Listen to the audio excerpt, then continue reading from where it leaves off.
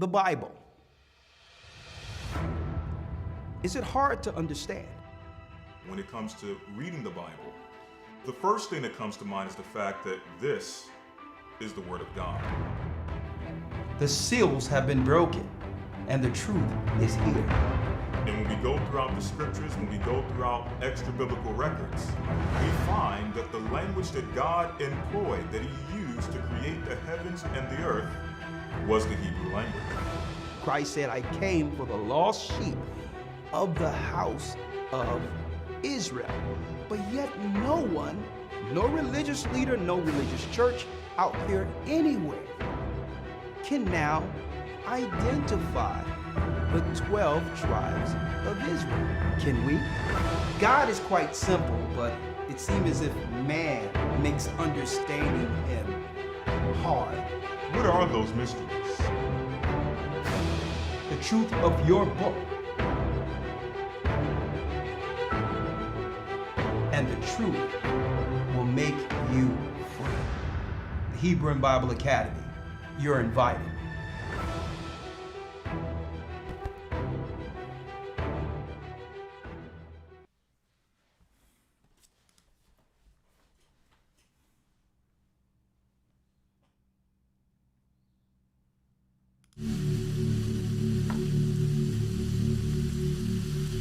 Blessed. Our Father, which art in heaven, hallowed be thy name. Thy kingdom come,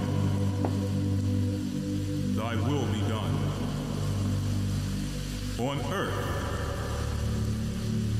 as it is in heaven. Give us this day our daily bread, and forgive us our debts as we forgive our debtors. Lead us not into temptation, but deliver us from evil. For thine is the kingdom, and the power, and the glory, forever. Amen.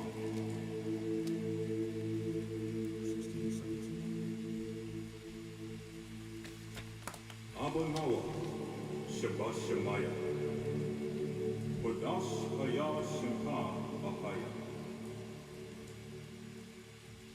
Malawaka Babaan, Ratazawanka Haya Asham, Ba'arataza Kawa, Haya Bashemaya,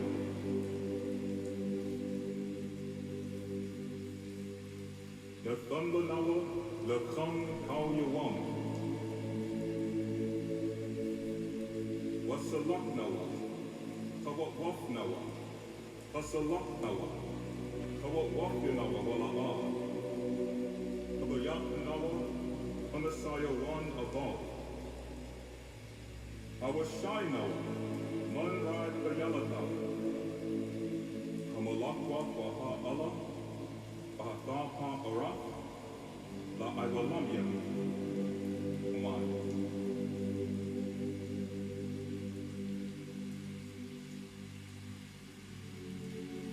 Our Father, which art in heaven, hallowed be thy name. Thy kingdom come, thy will be done, on earth as it is in heaven. Give us this day our daily bread, and forgive us our debts as we forgive our debtors.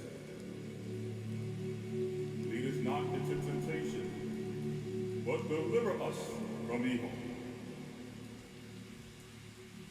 For thine is the kingdom, and the power, and the glory, forever. Amen. Amen. Amen. Amen.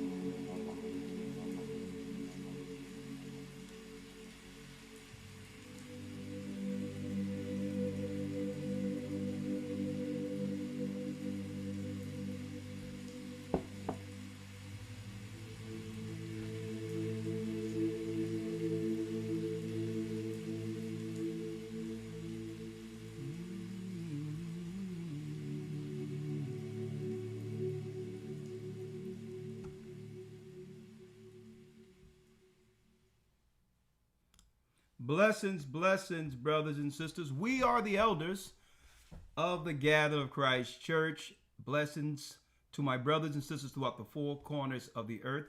Shabbat Shalom. We're here with a serious lesson breaking down how hell has been released on earth, what that means for us, and what exactly we have to do to overcome the hell. Blessings, blessings, blessings. Shalom, shalom. And we're going to jump right in. Hell on earth.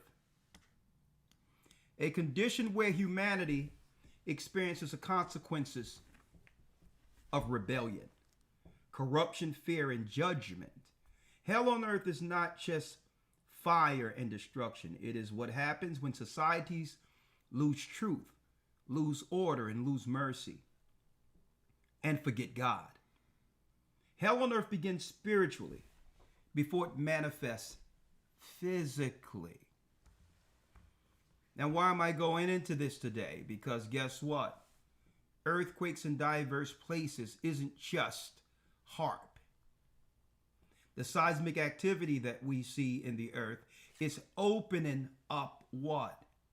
Chambers between the hell realm, the realm we can't see, and our three-dimensional earth we can see. And we're going to go into it today because most people are what? Are distracted or has cognitive dissonance, where they would rather believe nothing is happening to use that as a safety net. But guess what, folks? Just discarding or claiming you don't believe it or not, that's not a hedge. The whole earth will experience what's about to go down according to what? The prophecies contained in the Bible, whether they want to accept it or not. See, I would rather know. Knowing is half the battle. So we're going to talk about that today in this serious lesson that I hope through the Spirit of the Almighty resonate to those who are listening and or viewing this Sabbath lesson. We give all praise to the Most High Ahaya in the name of Yeshaya, and that's his name, through the Rawchaa. We give full honor and glory and reverence to the throne. Elder, so we can go into this lesson, please let's start off here with a Shema, or not, the Lord's Shema. Let's read it, or say it. Shema Yasha'Allah Ahaya Allahaya Nawa Ahaya Achad. Shema Yasha'Allah Ahaya Allahaya Nawa Ahaya Achad. Hear, O Israel, the Lord our God is one Lord. Hear, O Israel, the Lord our God is one Lord. All right, brothers and sisters, jumping right in. Jumping right in. And if you can do us a favor, folks, if you can do us a favor, please hit the like button. They have the new hype button, whatever that is, because you all know they don't want the world to hear what's being taught here. Okay, we're under a shadow ban. And to prove we're under a shadow ban, how can you have 135,000 subscribers for well over a year and a half, and it's even? Not 135,001. So all of a sudden, we get to 135,000 and someone hits the stop button. Well, this is as far as we will allow you to grow. When common sense will tell us there's way more than 135,000 people subscribe to this channel. That's number one.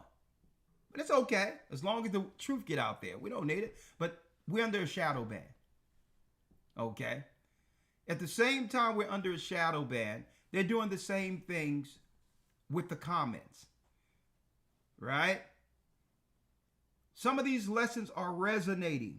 Most of them are thought-provoking, which means it would lead to some level of discourse if one disagrees, or it would lead to someone actually making a comment on whatever content that's discussed within the video.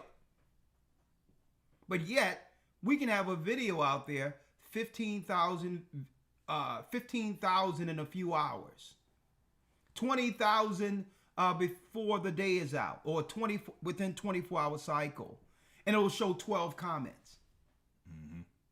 Which also showing you they're striking people from seeing comments. They don't want the interaction. Why? Well, if someone responds to your comment, they have to come to the channel, which give the channel another view. So they'll be like, you know what? We're just going to take away your comment altogether. You may see it or think you see it when you come to us, but it's not being registered. Mm-hmm. And what does that do? That'll frustrate people and make them believe that we are deleting their comments when we're not. And it'll frustrate you to the point where, well, if you're going to ignore what I say, then I'm not going to look at your video. See what they're doing? See what they're doing? So they'll frustrate you to make you think that we're deleting. Now, when people troll, we do get rid of that. But if you have a comment, whether it be something that, even if you disagree, it still should be showed on the comment section, but they won't even allow it. And guess what? We have no problem with people disagreeing. There's a such thing as healthy discourse, where some people are not disagreeing just to be on the other side, of an argument or conversation. Some people disagree because they genuinely disagree. It's something that they probably need understanding on. So we welcome those comments also if it's honest. Okay? If it's honest and you truly are standing on something that you believe prior to this, and you really want to understand what is the disconnect, that's what teaching is for. See? So we're in the shadow band, brothers and sisters. So understand, we don't delete comments and all that. We don't do all that unless someone is just a serious contrarian, where they're just coming just to cause discourse or disrupt the work. Okay? So yes, we know that there's a shadow ban if we have 20,000 views and only 10 comments. All right? But it's to be expected. So I just want you all to understand, persevere with us. Don't get frustrated. Understand that they're messing. We believe they're messing with this channel, and we have proof of it based on the fact that you can't stand at 135,000 subscribers even for over a year and a half. That's literally impossible. Okay? That's literally impossible. So, again, what they'll do by hearing this, they'll probably show in a few days that there's 135,050 subscribers. But they go in increments of tens. They never show each subscriber one at a time, and that's intentional. Right? Look, someone is confirming what I'm saying here. The like button disappeared before. I had to put the video on full screen to find the like button. Someone says, Elder, they did that to me. Right? So again, let's persevere. What they're trying to do through the Spirit is cause some type of negative experience where people would get discouraged. All right? And guess what? We could care less, because we were doing this not because of the likes and all these other things from the beginning. It's to bring forth the word. But do not get discouraged. Hit the like button so other people can come and find out what's going on at the end of the world. All right?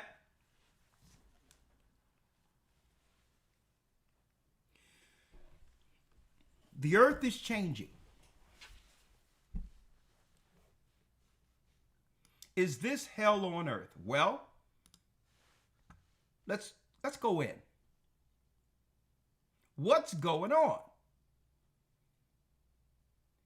In Africa, a huge crack in the ground in Africa could split the continent in two. So what's going on here? A 50-foot deep crack in the earth has appeared Africa that some scientists say is a sign of the continent, that the continent will split in two.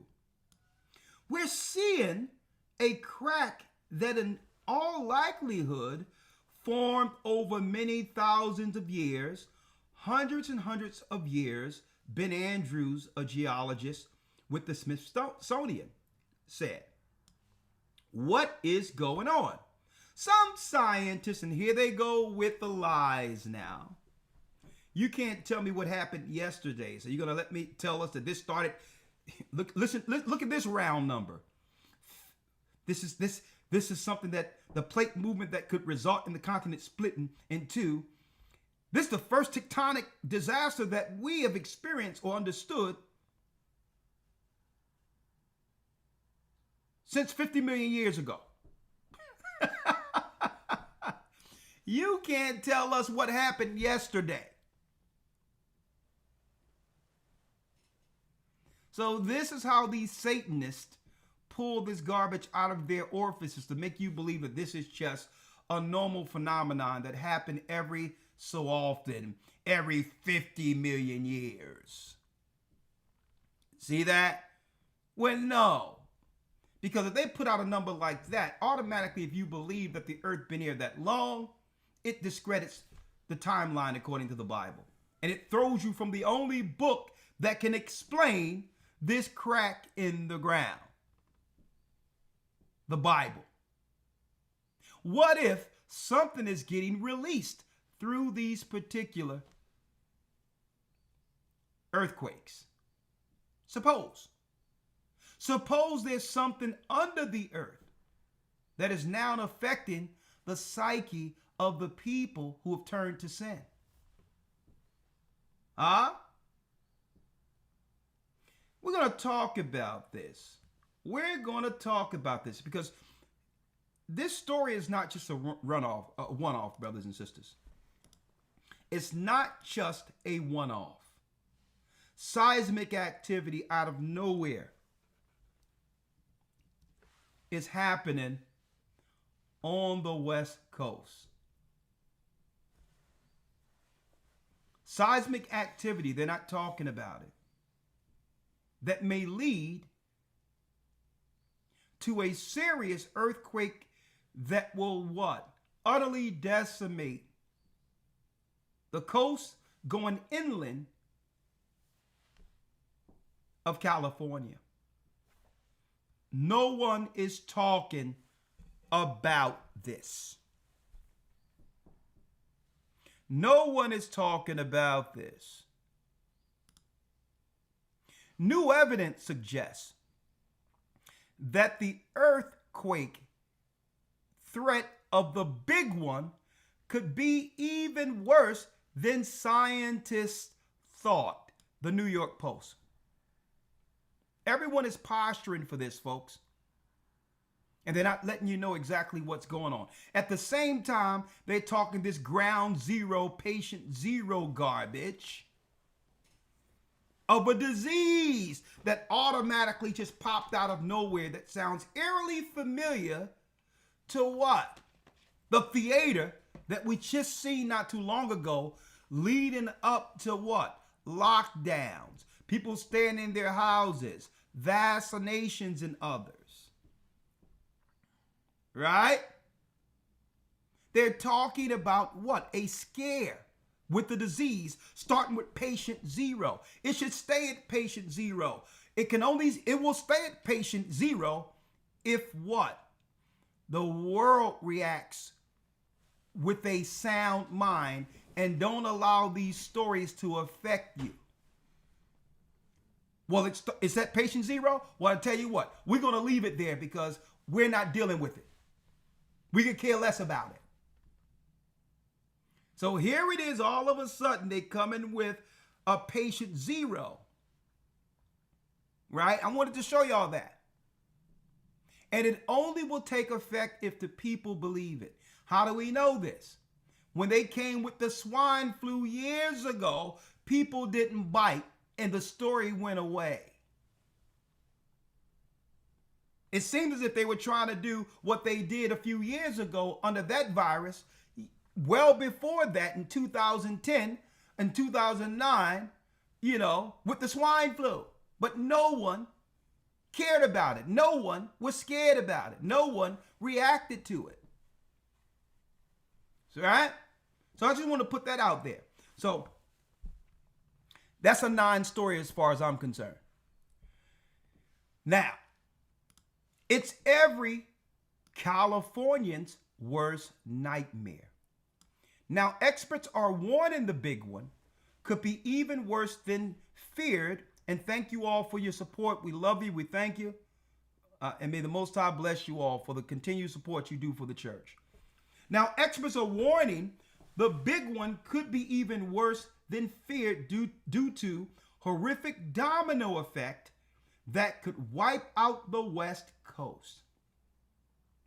Science Daily this week highlighted a concerning study from Oregon State University showing a seismic event on the Cascadia subduction zone could trigger the San Andreas fault line. The San Andreas fault line, we're used to hearing the big one, Cascadia, before this catastrophic huge thing, said Chris Goldfinger, a marine geologist at the college and lead author of the study.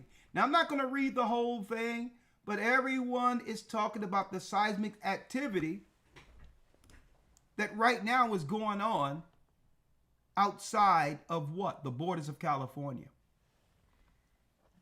Now, folks, there was some serious seismic activity before. In the beginning, during the time of Noah, folks, the earth was one landmass called Eden. One landmass called Eden. Folks, if you can take all of the earth that fell into the seas and bring it up to surface, you can take all the continents and connect it like a puzzle. The earth before the flood was one what? One earth. One Eden. Because of sin, there was great earthquakes that broke that one area, that one Eden, into continents and drifted west, the land of angels, California. It's not called Los Angeles for nothing. Okay? These were lands that were connected to what? The fallen ones pre-flood. And earthquakes separated the earth, separated Eden.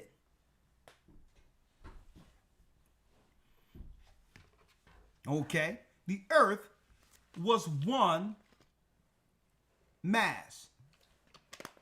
The Gentile historians called it Pangean. The land was like a Pangean. The Pangean, they call it theory that the earth was one place, one landmass. So we're going to talk about it because what? The earth broke up.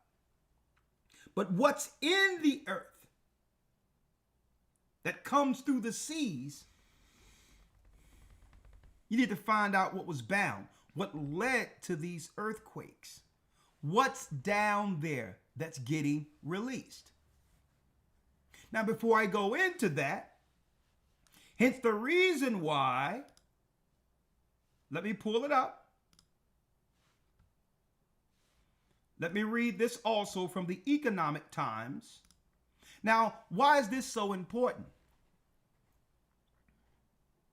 Why is this so important from a political standpoint, an economical standpoint? Because all of this, disasters and all of that, affects the markets. Hence the reason why those that deal with stock and all that look into these things to prepare what's going to happen to them financially in case of a disaster. Right? Then it's politically. And then it comes down to what?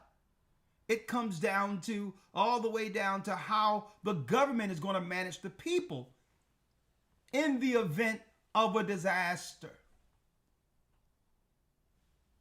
California braces for the big one. Seismologists warn of a massive earthquake that could strike any time. Folks, it's going down. Economic Times is talking about this. California may face a massive earthquake soon, according to a report in Newsweek. The Andreas Fault, they're talking about it. California and the San Francisco Bay Area, depending on the rupture location. And they're talking about a 10 on the Richter scale. Rising concerns. Now, of course, we're going to have the conversation with the body we have in California to talk about this, right? We're going to have that conversation next week, all in all. But folks, this is going to affect everything, not just California. Not just California. Now,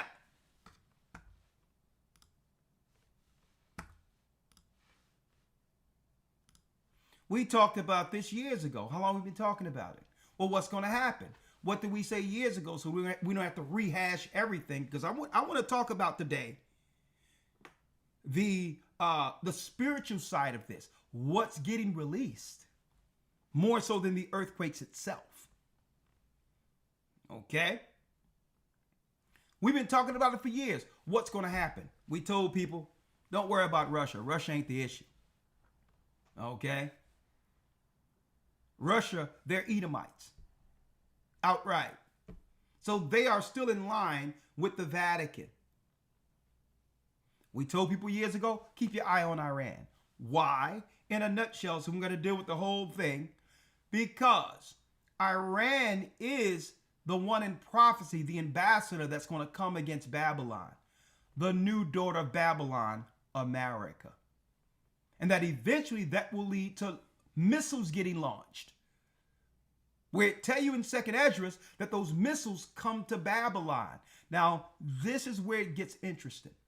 There's already activity happening down there. But what they're not telling you is that all of the power plants throughout the United States are on a fault line. Folks, that's intentional. You don't strategically throughout the whole earth take power plants and put it in a place where there's seismic activity that can crack it open. That's well planned. That's strategically thought out. So that if there's one hit, just like if you was to crack a glass, what happens? You crack a glass and it keep on cracking and cracking until pop, it breaks. It breaks. Common sense will tell you that if you put nuclear plants throughout the earth in strategic places on fault lines, well, one earthquake or one bomb hit at the right spot will destroy the entire economy of the United States. The entire, matter of fact, let me show y'all this. Let me see, hold on. Let me see if I can get this to y'all real quick. There was a map that I showed on Patreon. Let me see if I have it here. 1 second. Let me see if I have it here. There's a map that I had on Patreon to show you the old Navy map that the Navy had out there in the event of an earthquake. Hold up.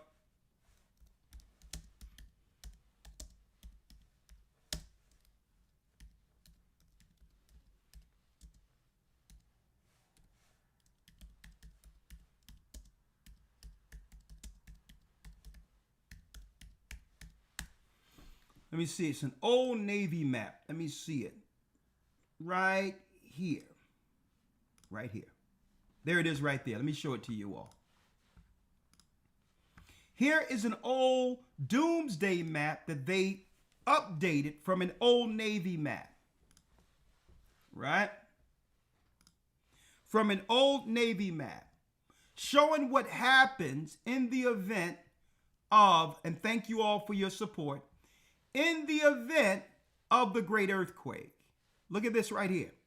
All of this now is underwater. Look at this. So America is being separated into 3 separate parts. 3 separate parts, folks. And also I showed this from the United States Archives on Patreon. This is not just a made-up map. This is a map where the military is planning in the event of a great earthquake. Why am I going here? Well, the war leads to that. This is how the EU, Europe, consolidates power after destroying the only threat to the European power, which is America. Now, what they would like to do, they would like to take the guns from those in America, but they know that that's what? That's an impossibility. They've tried. And the people in America isn't Biden, which means America in of itself is a standing army of millions. Just with the fact that Americans have the right to bear arms. So the only way Europe is going to get their power, I'm going to show you this in a moment, is through war, instigating the war with Iran, and the fault line blowing. That's right. That leads to America breaking in 3 parts. That's the only way. So now, so the EU, that's right, Europe now, brothers and sisters, they must set up the economy and the infrastructure for the earth, knowing that America will lose its power forever. Revelation 16 and 19, Elder Lawya, if you will.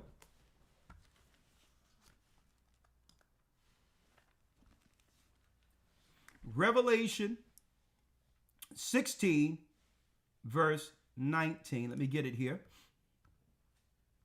It was in the book of Revelation. A matter of fact, we'll start at the 17th verse, Elder Lawya. Yes, sir. Revelation 16, verse 17. Okay, let me grab the Bible here so they can see it. Revelation 16, verse 17. Let's read that. And the 7th angel poured out his vial unto the air.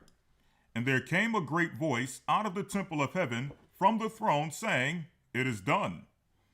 And there were voices and thunders and lightnings, and there was a great earthquake, such as was not since men were upon earth, so mighty an earthquake and so great. Look at that. Read. And the great city was divided into 3 parts. The great city was divided into what, Elder Lawya? Into 3 parts. Into 3 parts. Into 3 parts. This is what America is bracing for. When this happens, all of those immigrants that were a part of what? That was a part of NATO that are now American citizens and have gotten what? American uniforms. they're going to be deployed throughout these areas,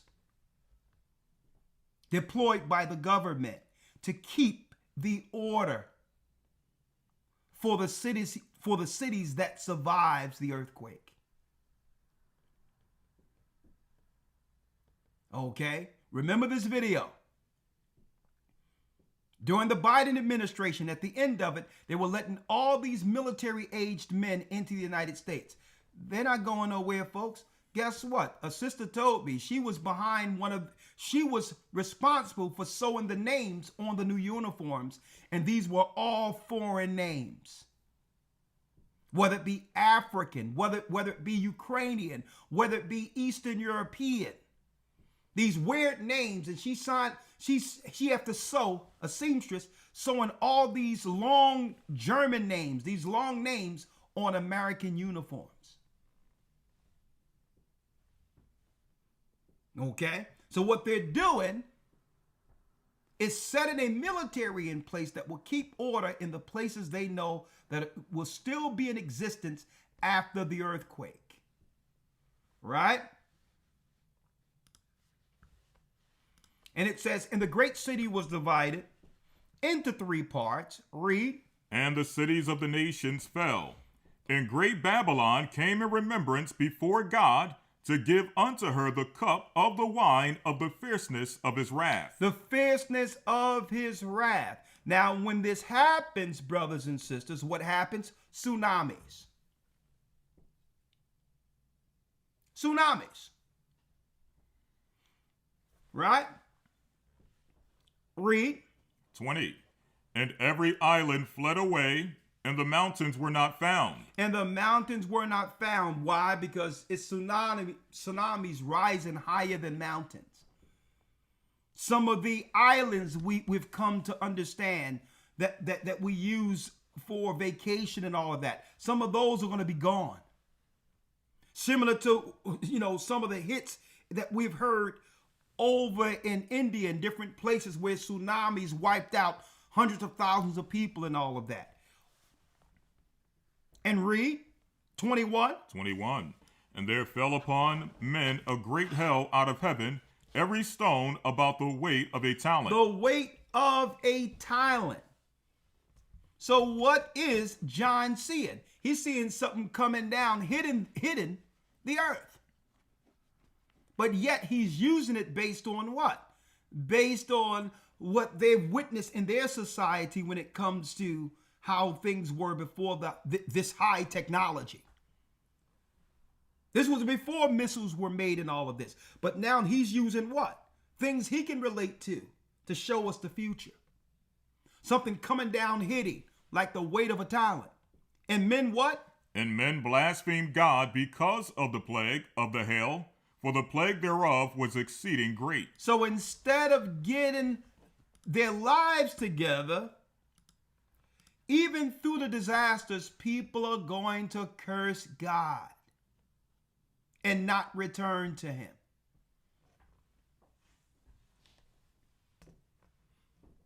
Earthquakes in diverse places. Well, what's really going on? Well, let's talk about it. Let's now go to what? Now, don't forget, folks, these people know what time it is. I'm speaking of the powers that be. They're actually setting up the next infrastructure, knowing America is about to lose its power altogether. People talk about an EMT and all these other things, folks. What's going to turn out the lights is the war. That's what's going to turn out the lights in America, the war. Okay? So who's going to be there to supplement with the next world infrastructure? Okay? Let me show you.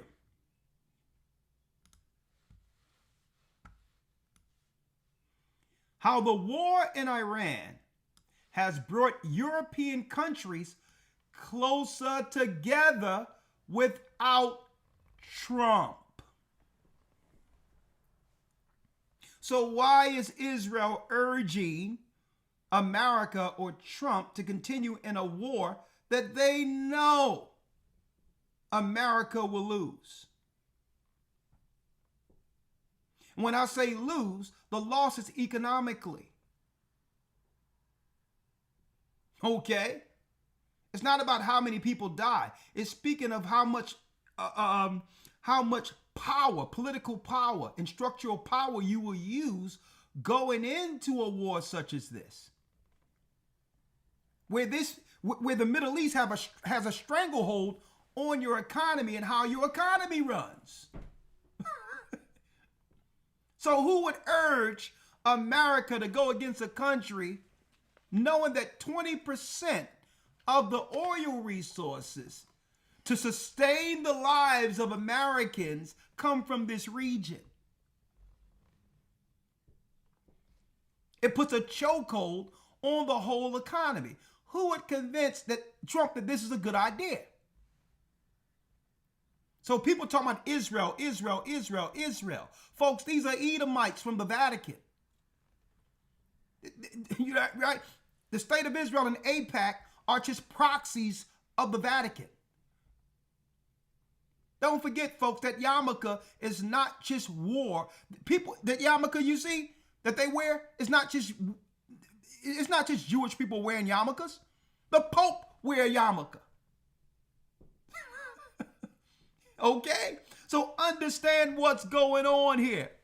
And Tawada for all y'all support. Look at what's going on here. There's a lot of European Jewish people who went there in the 40s and 50s up until this time that are leaving Israel and going back to their homeland. Poland, Germany, Switzerland. They're going back. This war is bringing Europe closer together. Why? Because according to prophecy, the economic system, the world economic system, will be ran from Europe. It will be ran from Europe. So because they can't fight Americans through war, knowing that Americans are armed, this is how they take out America's power. By instigating a war with Iran that they know will totally destroy America economically. Period. Well, there'll be no other option but to go with what? Europe's plan for the world after America loses as a superpower. Yeah, it's right there in the book of Revelation that this war is uniting the 10 horns. Revelation 17, Elder. Revelation chapter 17. Now, some people might ask, well, hold up. What about Trump? Trump is from America. Trump is Esau. You think Trump don't have places to live outside the United States? Oh, you believe that Trump and them are building a ballroom? He could be in the White House. Or it's so that people aren't alarmed with what? The construction that's actually being built to withstand what's about to happen. So now you're not going to look twice about some construction at the White House because out there they're putting out there that it's about a ballroom for Trump. You really believe that's all going on there? Could that be a cover for them fortifying the White House to brace for what's about to happen? The construction is just a cover. They're bracing for something. Remember this Sabbath lesson. And see, I've been watching this stuff, brothers and sisters, long enough to know how they use the media to cover what they're truly doing. They did it years ago during the Nuclear Proliferation Act over there in the 60s, going into the 70s. Over there in Israel, when Israel, the state of Israel, was supposed to show forth that they had nuclear capability. They did the same thing. What do I mean by that? They didn't sign the Nuclear Proliferation Act, and they let some black Hebrews into Dimona and said, y'all can build y'all little village here. Come back to Israel, you black folk. And while they were building Dimona, it was a cover for what they were building when it comes to their nuclear capability. It's the same thing. Same thing. So they'll build something and publicize, oh, the blacks are coming back as the Hebrews into Israel and all that, knowing that when Iran, that's right, gets stirred up according to prophecy, they was going to strike Dimona.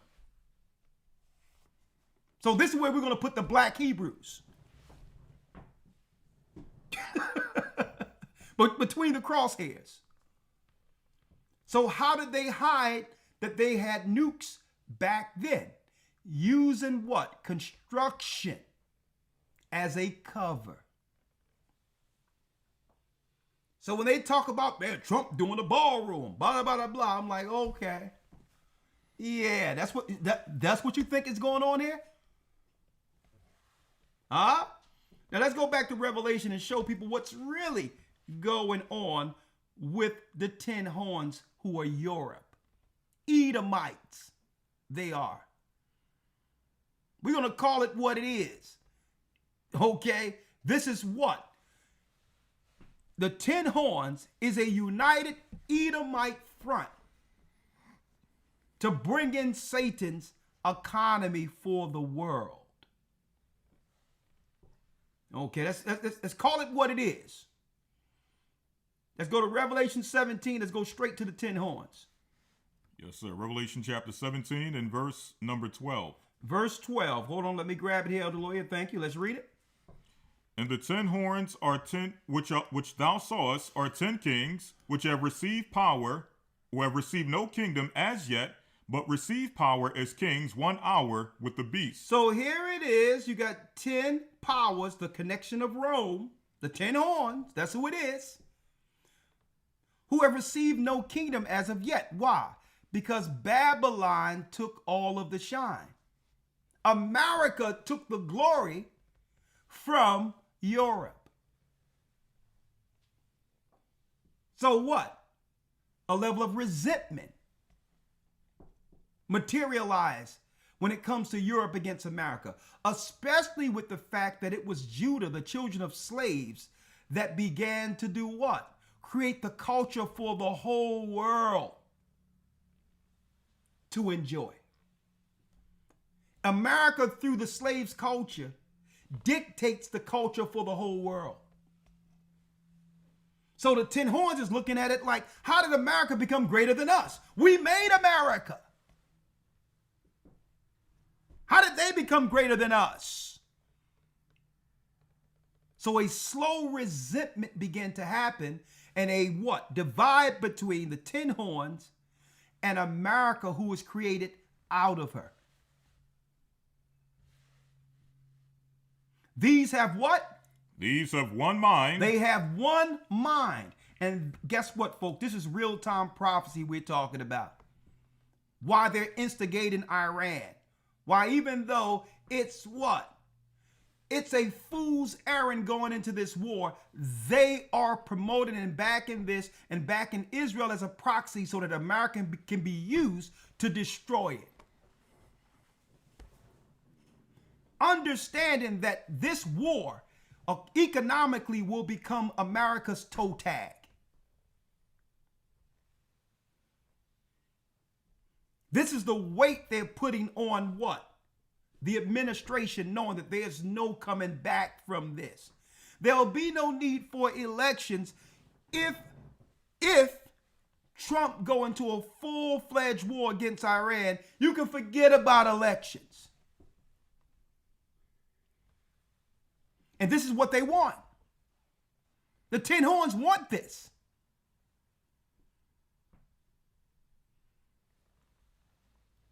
Why do you think MAGA and all these people that was down with MAGA, let me tell you, it's a Mexican standoff. They're all going against each other right now. So there's no unity even amongst the Republicans. Guess what the Democrats have already done? They've been taken over by LGBTQ, trying to turn your children, your little boys into girls, so they're finished. And now the only moral party, for a sense on the surface, compared to the Democrats, are all fractured, fighting against one another. So America is already divided politically on every level. Right? So now this emboldens what? The Tin Horns to stand up and say, if we're going to strike and take away America's power, there's no better time to do it than now. And one of the greatest mistakes that was made in the United States is when COVID happened and the majority of the people believed what they were saying and did what they were suggesting.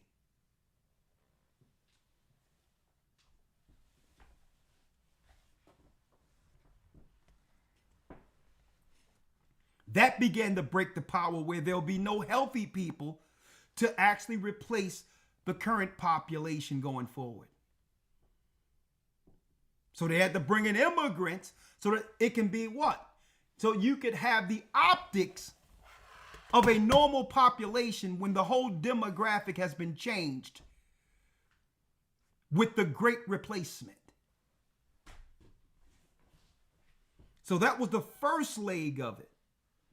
And now we're in this Iran war is a serious leg of it now because it has weakened America. Americans have to deal with the sicknesses and all of that come with you believing what? The political lies have been put out there targeting us. And folks, let me say this. Hence the reason why I told people, don't listen to them. Don't listen to them. The Tin Horns is pulling the plug on America. Why are you listening? This is what they want. But let's go back for time's sake, because there's a lot I have to cover. Let's read it. Revelation 17:13. Yes. These have one mind. They have one mind. And shall give their power and strength unto the beast. And will give their power and strength to the beast. These are the Tin Horns who will do what? Roll out the mark of the beast system. It's their system.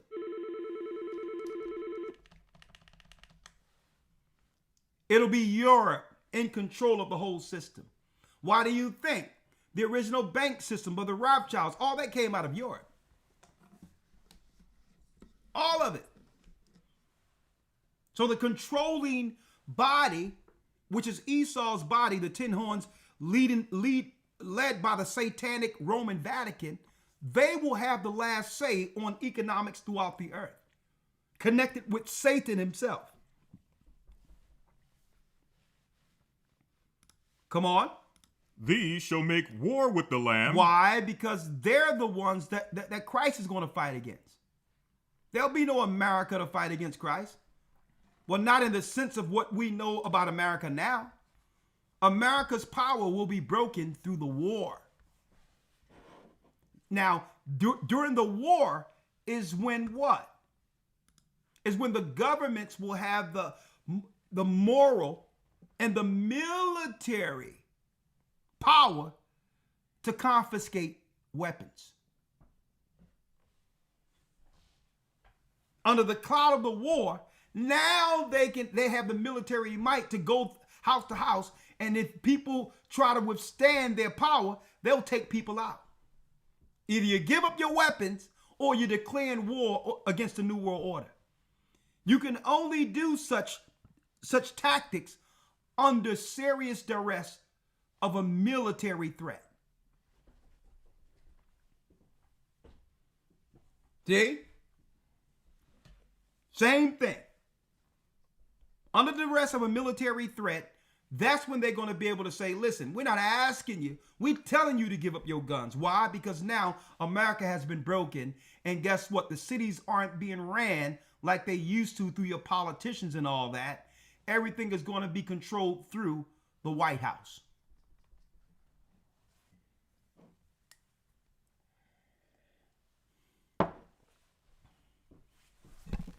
Right? The 10 horns are the first 10 horns. You got Switzerland, Belgium. You have France, Spain, Great Britain, Netherlands. All the usual suspects. Germany, Russia, current day Russia. They're all a part of it.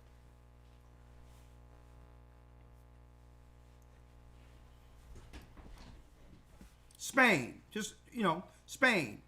All of them. Those who colonized all over the earth.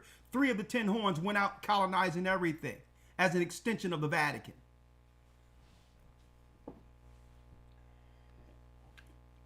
Let's read it, Elder. 14.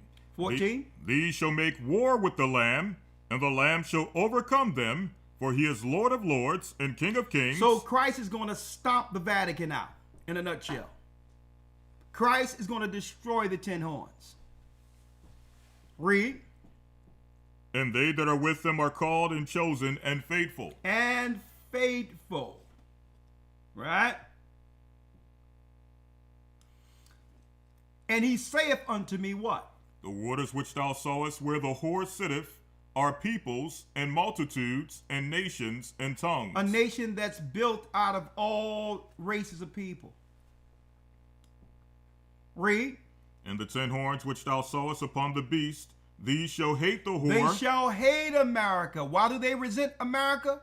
Because the slaves have risen into prominence and is dictating the culture for the earth. You would think Esau would get all the credit for the glory of the world. Huh? How can slaves, people be brought up in boats, influence the whole earth? Because we're God's people. That's why. See? You can have a little kid from Indiana broke as a joke from the children of slaves and become the greatest icon throughout the earth like a Michael Jackson. And they looking at this like, oh, didn't these people just go into slavery? How could they have so much political influence? This is why they resent America. See? The 10 horns is like, hey, your slaves are out of control. How can now they can dictate? You can have somebody that come from Chicago that had nothing to do with fashion, like Kanye West, and then have an influence on whether or not something sells in Europe. Huh? This is why they resent America. If Esau could get the credit for culture and everything, they would let it stay intact because it's their glory. But Europe has begun to resent America because of God's people's influence. See that? So this is why they resent it. Because what they can't stop is, what they cannot destroy is what we're made of. We're made of the Most High's essence. We're the children of Israel. That's what they resent. The same God who's going to send the Christ to destroy the Vatican, Christ's blood runs through our veins, and they know it. Huh?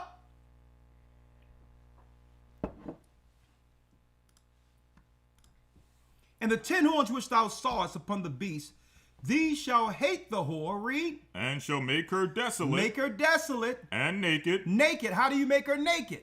By destroying America's economy. By destroying her economy and ridicule America through the media now. America is a joke on all of European television. Read. And shall eat her flesh. Eat her flesh. We're going to take all of her economy, all of her treasury, and send her money to the Ukraine, to Israel. That's eating the flesh. That's tearing her apart and taking everything and giving it to the others. No economic floor to stand on. Take all the jobs and give it to the outsiders. Make it where all customer service is done. Make it where AI will take the jobs you used to have.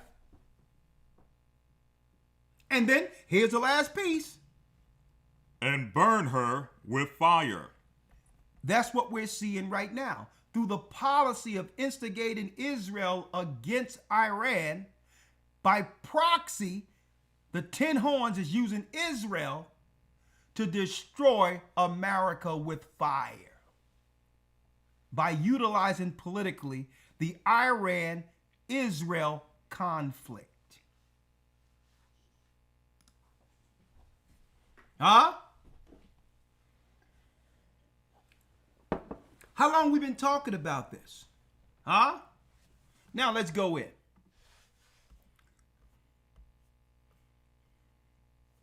Let's go in.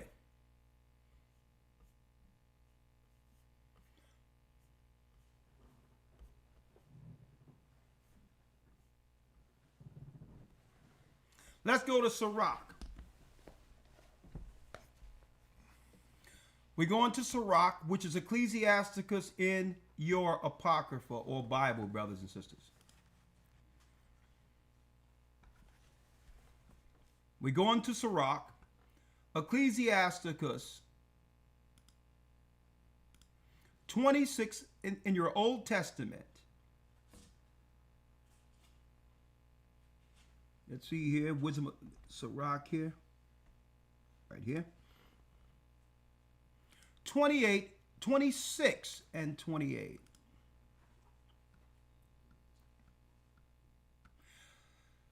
Let's read that, Elder Lawyer. Sirach 26 and 28. There be two things that grieve my heart, and the third maketh me angry. A man of war that suffereth poverty, a man of understanding that are not set by, and one that turneth from righteousness to sin. The Lord prepareth such an one for the sword. The Lord prepareth such a one for the sword. There be two things that grieve my heart, and the third maketh me angry. A man of war that suffereth poverty. Now, why would that make the Most High angry? If you have the wisdom of war, why can't you use those same strategies when it comes to how you think to better your own life for your family? You can always talk about how things should be and how this should be this and this. You got the mind of a genius, but your life isn't showing that it's being applied to you.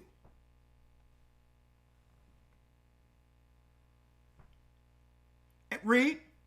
And men of understanding that are not set by. Men of understanding that are not set by. There's nothing in their life that's showing that they have the understanding. They can talk about it, but they can't apply it to their own lives.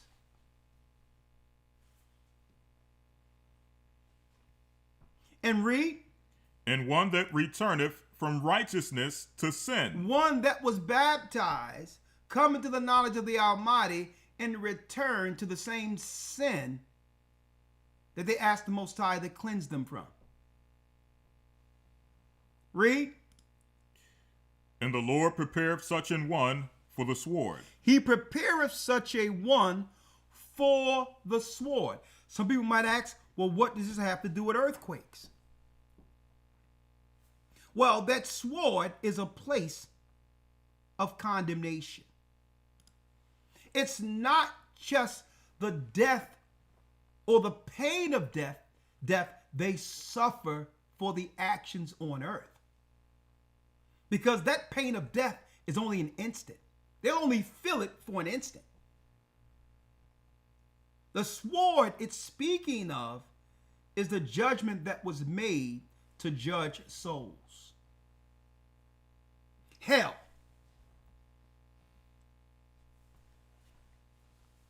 And guess what? You have many people out there who stick their head in the sand like ostriches and say, well, okay, well, according to my pastor, according to my teacher, hell doesn't exist. Guess what? You don't have to believe hell exists. But you will know once you leave here. See, the Most High is not in this position of power to try to convince mere man of his power. You can stick your head in the sand and say, well, because we don't believe, hell doesn't exist. I don't care what the Jehovah's Witnesses have told you, you're going to lay down and go to sleep. You know, I have people who think that, okay, I can do all the hell on earth and fulfill all my lustful desires, and the worst can happen to me is that I'm asleep. You know how many people are going to take that deal? And you know how many people who like sleep? So let's get it right. This is Jehovah's Witness. You can be an unrepentant sinner. You can do all type of evil on the earth. You can cause ruckus, division, heresy, hatred. And the worst that can happen to you is that when you die, you get to rest. You know how many people that's going to take that God up for that deal?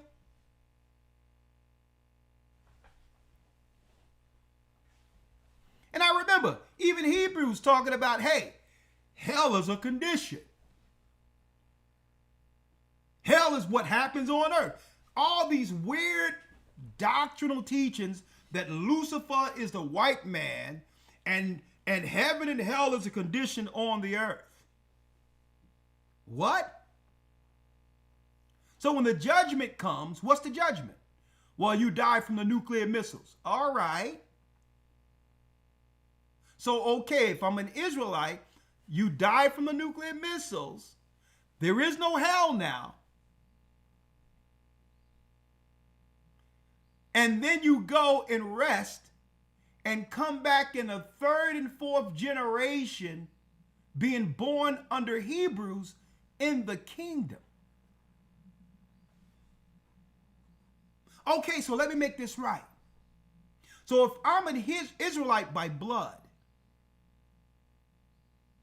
and I do all type of evil and wickedness, unrepentant, against the Most High, against Christ, against everything that's right according to Moses' law.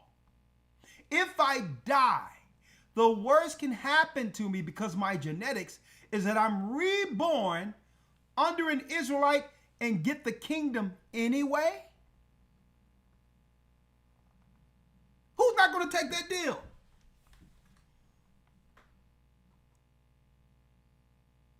You see how that's nonsense when people try to deny hell exists and what type of crazy hoops they have to jump through because they don't want to accept the obvious. Hell is real. It's the true sword in judgment after death. Let's get Sirach,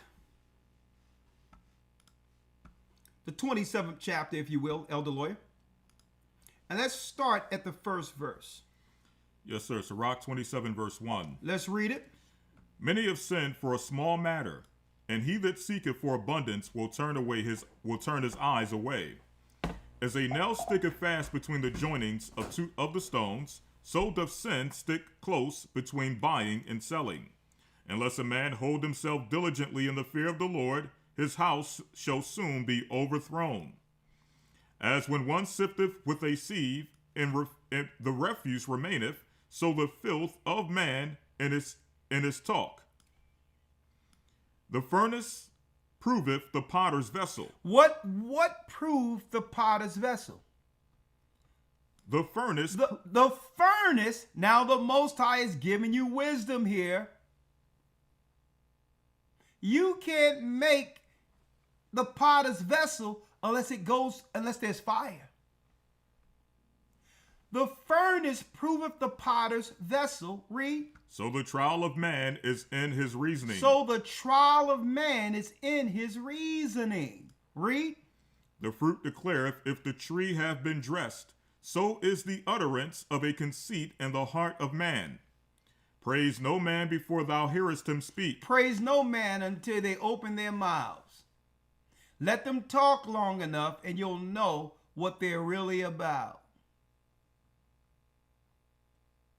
They'll never say what it's about initially, but let them talk enough and you'll be like, well, okay, I see what we're dealing with here. This person is dumb crazy. Okay, read. For this is the trial of men. This is the trial of men. Let's talk about the vengeance of the Most High. We're staying with some wisdom here. Let's go to Sirach 28 and let's read 1. Sirach 28 verse 1. He that revengeth shall find vengeance from the Lord, and he will surely keep his sins in remembrance. The people who seek vengeance will seek what? Will find vengeance from the Lord. That means people trying to get their own justice. I'll be like, I believe in the Most High. People do anything against me, say anything against me, and this is what I'm saying with y'all, folks. Don't try to retaliate. Leave space for the Most High to put his foot in it. If you try to retaliate and justify yourself, then you're telling the Most High you don't need his help in it. See how that works? See how that works? Vengeance is the Lord's. If you know you're right and the people that are going against you are evil and wrong, you don't have to say anything because you know the Most High knows it. You sit back and watch the Most High work. And in time, the Most High going to show forth his vengeance against those who have done evil. See how it works? That's how it works. He that revengeth shall find vengeance from the Lord. That means I'm going to do this to a person. I'm going to do that to a person. That person is in trouble. In serious trouble. Because why? The Most High is looking at it and he's saying, well, hold up. Suppose I would have done everything you're thinking about doing to another person to you, when you have done worse than that person. So, folks, what we're showing you is why the Most High created hell and why there's earthquakes showing up in the earth right now. It all ties together. It all ties together. He that revengeth shall find vengeance from the Lord, and he shall surely keep his sins in remembrance. Read. Forgive thy neighbor the hurt that he have done unto thee. So shall thy sins also be forgiven when thou prayest. Forgive thy neighbor the hurt that have done unto thee. And see, this is how you can walk light without darkness. You can say what you want and do what you want, but guess what? I forgive you. Now, if you do that, then the darkness that comes into your mind, because the more negative you think about a person, the more you seek vengeance. You seek to justify yourself against this person. So the darkness overcomes you, and that creates murderers. See how that works?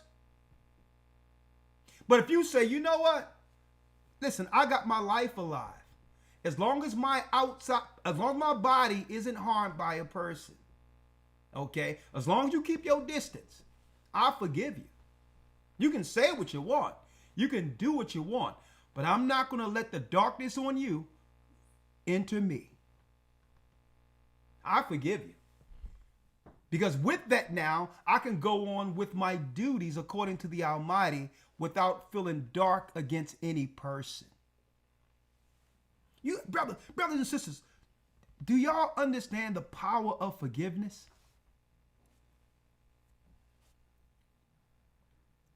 When you forgive, don't forget, you think about Christ's hands being nailed to the stake and how he had to what? Forgive all, being totally innocent.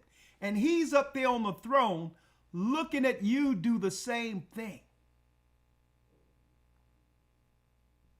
He's looking at it and saying, you know what? That's my son. These are my people. You know how much power that is? Where you don't have to justify yourself. And Christ is looking at you saying, now, here's an opportunity to see who's really with me. Here it is. Everything is going against this person, and this person is forgiven. Every person.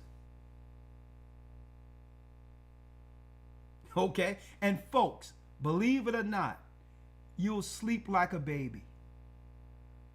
You can't even sleep when you have vengeance and darkness and looking at one person negative. It'll disturb your everyday going. There's no peace in a person like that. But if you say, you know what?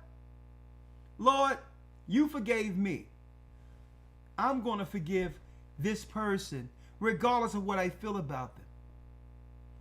Guess what? Christ take it up.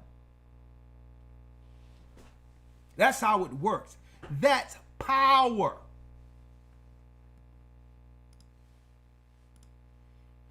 Forgive thy neighbor the hurt that he have done unto thee. Read. So shall thy sins also be forgiven when thou prayest. Because that's how your sins are forgiven. How can the Most High what? Fulfill or give you your prayers fulfilled? Think about that, folks. When he's forgiven you, but yet you can't forgive your brother or sister. So why should he fulfill your prayer? See? Read. 3. One man beareth hatred against another, and doth he seek pardon from the Lord?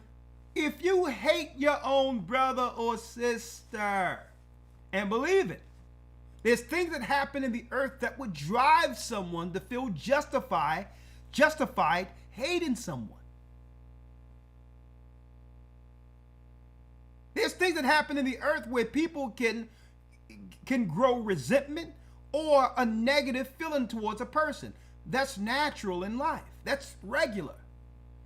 But one man beareth hatred against another. So do you think the Most High will seek to pardon you? Huh? If you can't pardon your brother and say, you know what, or your sister, you did this to me, but you know what? I'll pardon that.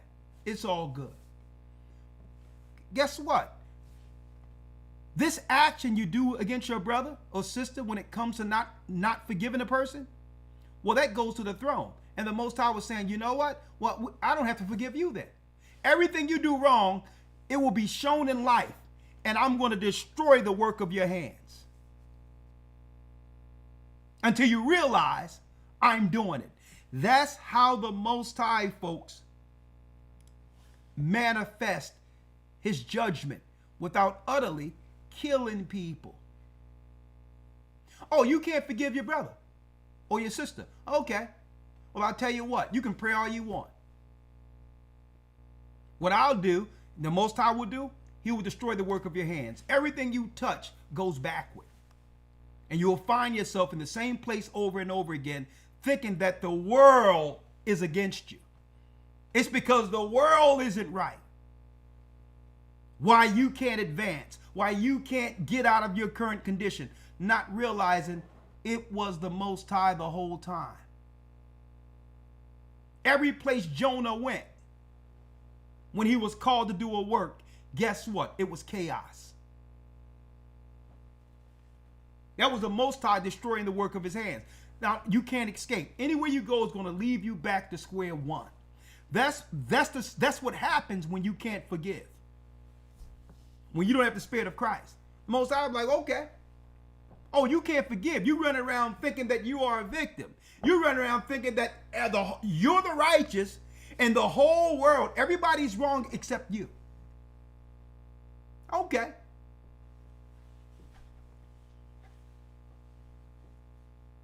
That's how it works, folks. One man beareth hatred against another. Read. And doth he seek pardon from the Lord? So you think you're justified in Christ? You think the Lord is going to forgive you? Well, because of this or because of that, so what? How can you expect Christ to forgive you?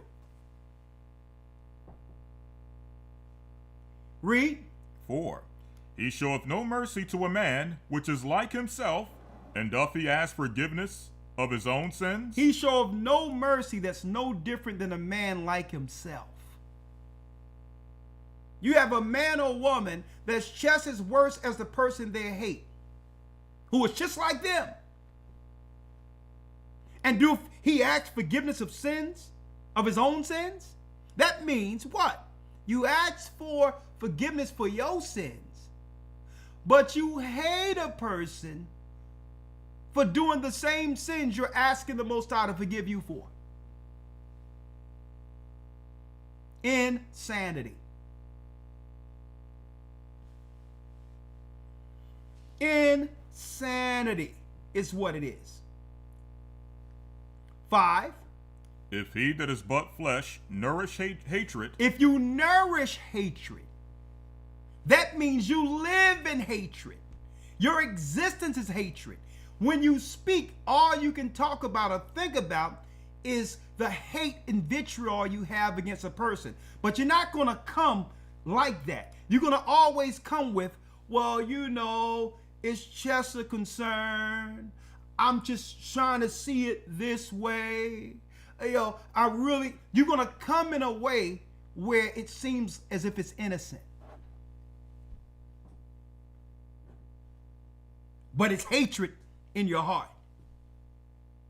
I'm confused. I'm just trying to figure this out.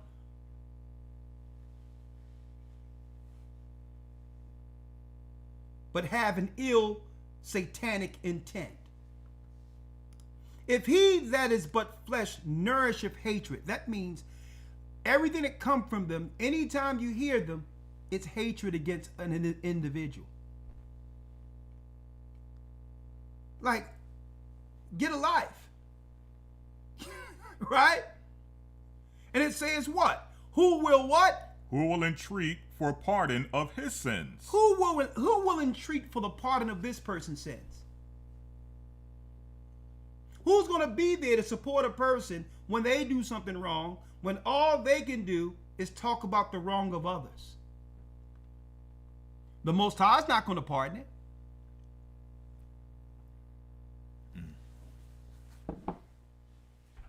Huh?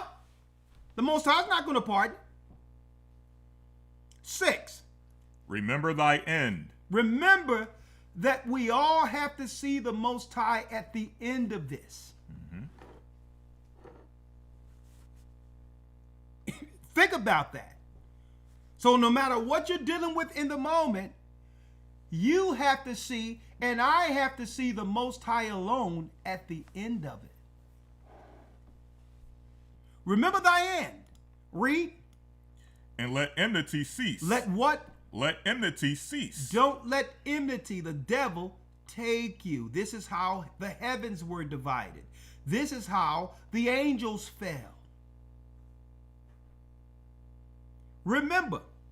Remember corruption and death. Remember corruption and death. Read. And abide in the commandments. And abide in the commandments.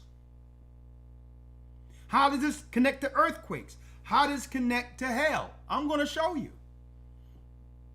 Brothers and sisters, what we see in the earth experiencing, folks, what we're seeing the earth experiencing right now. Let me pull it up. The earth is cracking. What we're seeing, what we're witnessing is a physical manifestation of what's going on in the people on earth. A divide, heresy, destruction.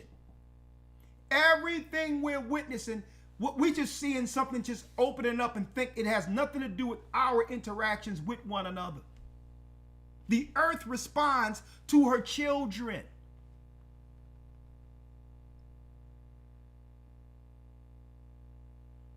It's all connected.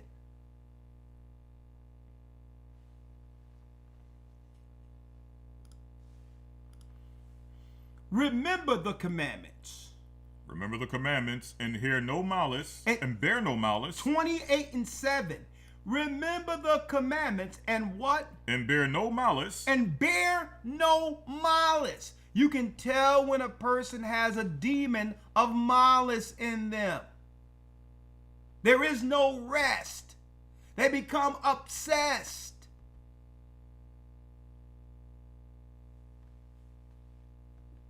Remember the commandments. And guess what? What commandments? Love thy neighbor as I love thyself. And Christ says, with that fulfill all the laws and the prophets. Forgive as you hope that I will forgive you in heaven. Forgive your brother or sister their trespasses as I forgive those who trespass. What? You're forgiven based on how you forgive the trespasses that are done against you.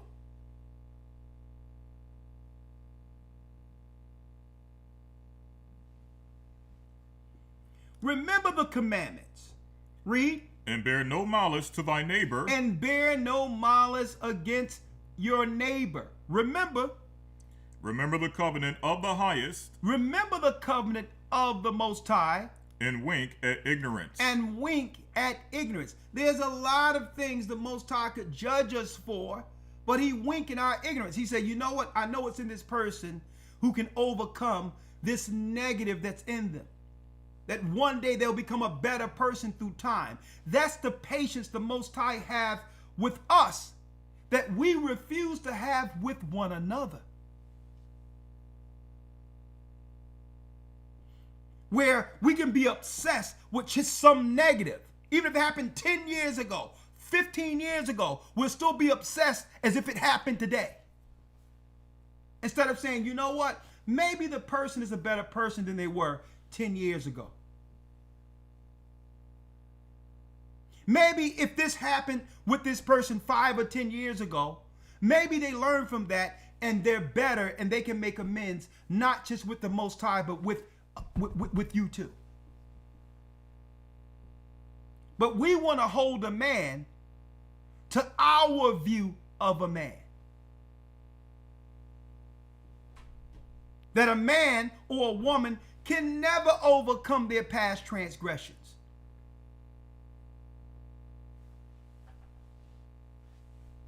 And guess what? That's evil as Hades.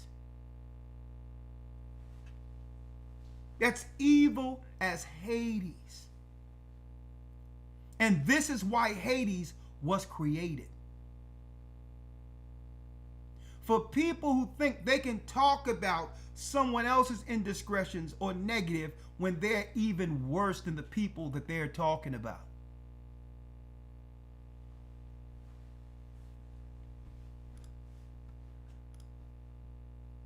Remember the commandments and bear no malice to thy neighbor. Remember the covenant of the Most High. And what? And wink at ignorance. And wink at ignorance. Abstain from what? Abstain from strife. Abstain from strife. Don't let nobody try to call you or bring you into their darkness or strife.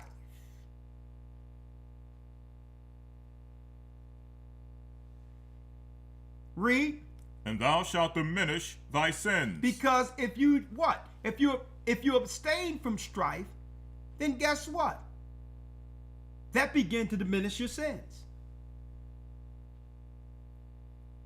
A lot of people don't know, folks, operating in the spirit of strife and anger and dissension and division without peace. That's sin with the Most High. That's like what? A swine sandwich. Because what?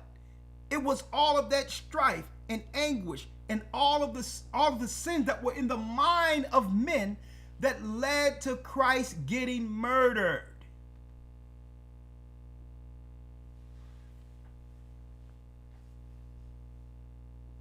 Abstain from strife, and thou shalt diminish thy sins. For what? For a furious man will kindle strife. For a furious man will kindle strife. What do that mean? When you're kindling strife, folks, you're throwing gasoline on it. Okay, this is something else. Let me see if I can make this bigger. Let's see what else I can create to cause some strife and anger and dissension amongst people. That's an evil, wicked person, where they'll find people to kindle strife.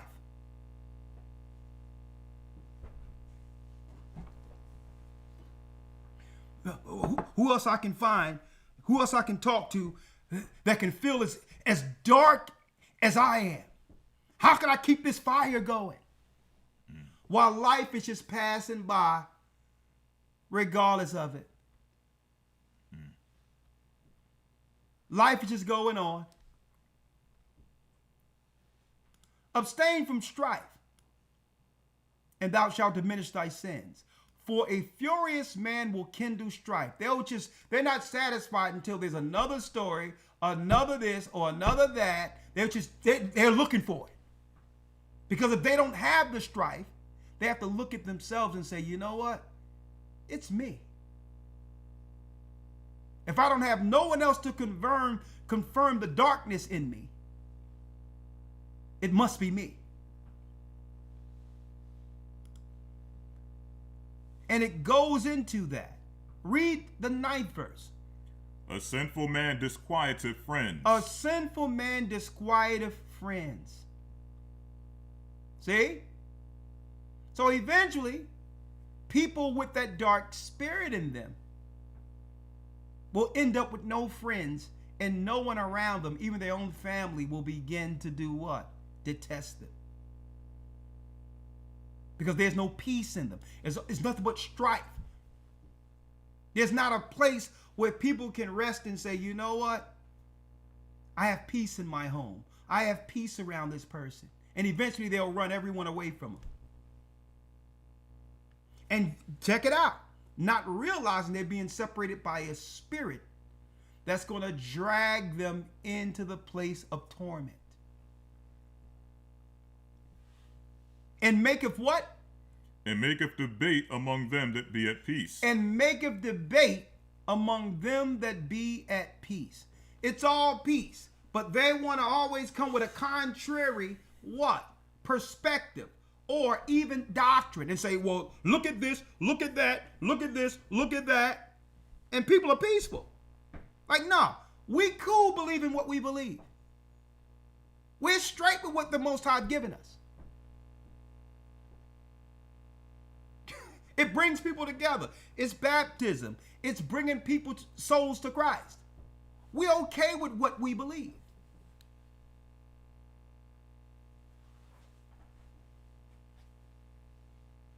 As the matter of the fire is, read. So it burneth. And this is where it goes into the earthquakes. And this is where it goes into hell. And I'm going to show you, folks. Because if you let a fire burn in you, it leads one to the fire that's waiting.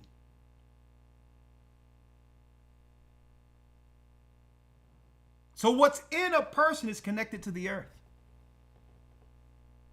So you want to keep a fire burning. So I guess you want fire. And guess what? We're going to show you what that fire is connected with the earthquake. In a second. In a second.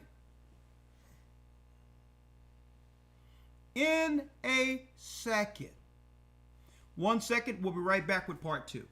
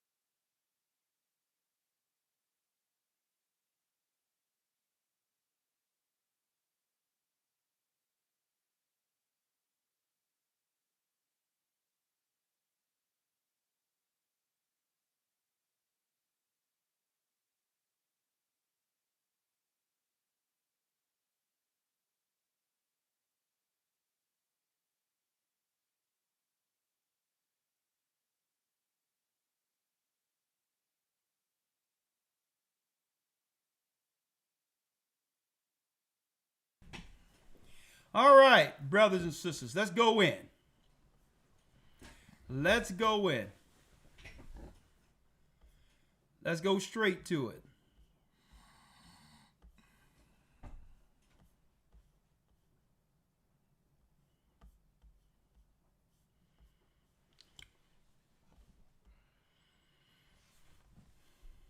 Check 1, 2. Okay, we good.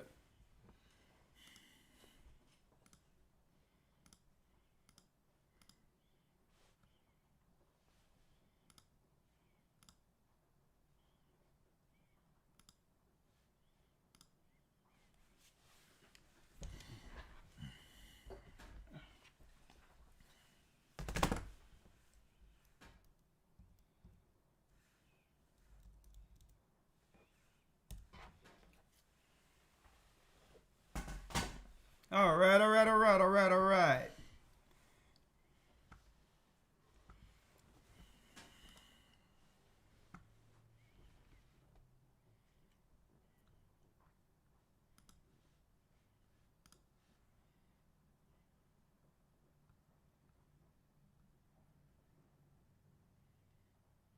All right, let's start here.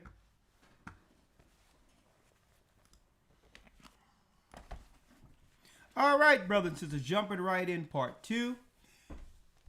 We're going into how hell has enlarged itself and hell has been released on earth. What we're witnessing with all these anomalous behaviors where there's division on every side, it's because, like I mentioned earlier, the earth is messaging to the people that what's going on with the people, the divide, the sin, and all of that is manifesting itself physically. For those who missed it, who have just come in, a huge crack in the ground in Africa could split the continent in two. What is this? Have this happened before? Keep in mind that the earth was at one time one continent. So let's talk about this. Let's now go to Isaiah 5, verse 14. Yes, sir. The book of Isaiah 5 and 14. Yes, sir. Therefore hell have enlarged herself. Therefore, matter of fact, let's go to the 13th verse first. 13. Therefore my people are gone into captivity. Therefore, God's people Israel has gone into captivity. Why? Because they have no knowledge. Because they have no knowledge. Israelites lost the knowledge of their past, the history of the laws that God gave us at Mount Sinai under Moses, the history of our connection with Christ and the disciples before the fall of Jerusalem. That's the knowledge we lack, the knowledge contained in the Bible. Read. And their honorable men are famished. The people we're looking up to fill in the blanks, to give us the understanding, well, they're famished. That's like asking what? A starving person to give you knowledge on how to eat.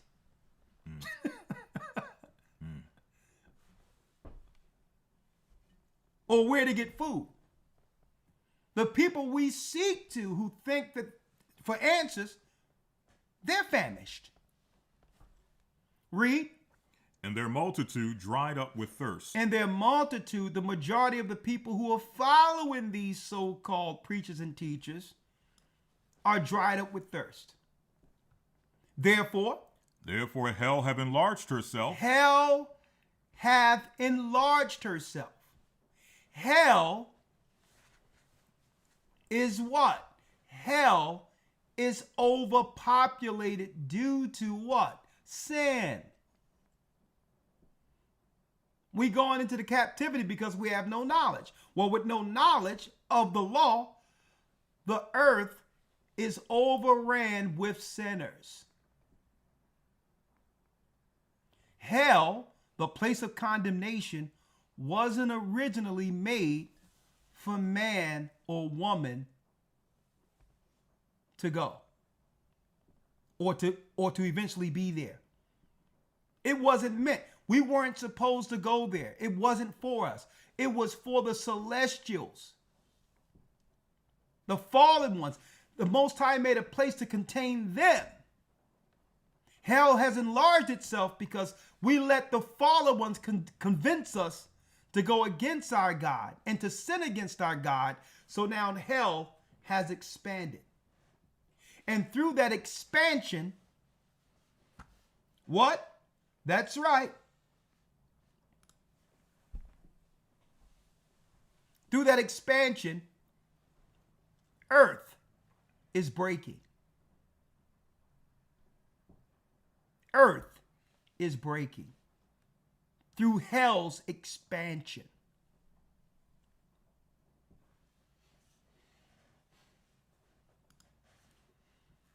Therefore, hell have enlarged herself and opened her mouth without measure. Without measure, read. And their glory and their multitude and their pomp, and he that rejoiceth shall descend into it.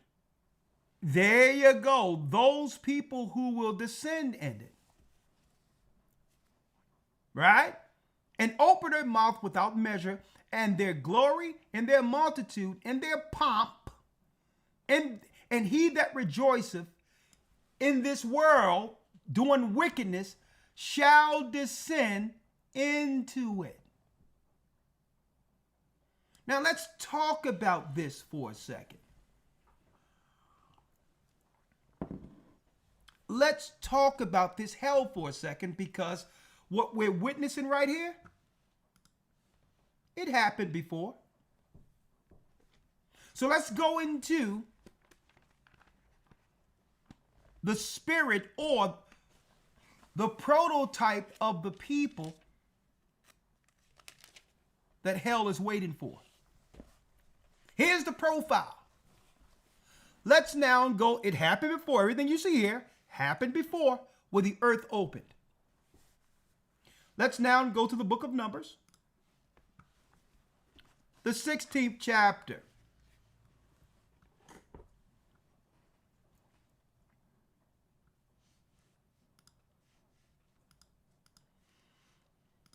The 16th chapter, and let's start at the 25th verse. Numbers 16 and 25. Yes, sir. And Moses rose up and went unto Dathan and Abiram, and the elders of Israel followed him. And the elders of Israel followed him. So this is what? A rebellion, a division, where there was people who was once amongst Moses is now doing what? Seeking to cause a divide or mutiny against the people whom the Most High chose. 26. And he spake unto the congregation, saying, Depart, I pray you, from the tents of these wicked men. Depart from the tents of these wicked men. Leave them alone. Moses was telling them, the Most High have a judgment for these people. Read. And touch nothing of theirs. Don't touch nothing of theirs. Don't deal with their presence. Don't hear them. Don't see them. Separate from them. Read. Lest ye be consumed in all their sins. Read, because the people had nothing to do with it. Okay? Think about that. What Korah and Dathan and what these guys were doing, folks, that was their problem that they had with Moses. He was telling the people, hey, don't deal with these people. You don't have nothing to do with what these guys are doing and trying to destroy. Leave them alone. They're very dangerous. So at least what did Moses do? He had grace enough to do what? To warn the people. Like, yo, these guys had already went left. They've already went left. There's no recovering them. You better separate from them.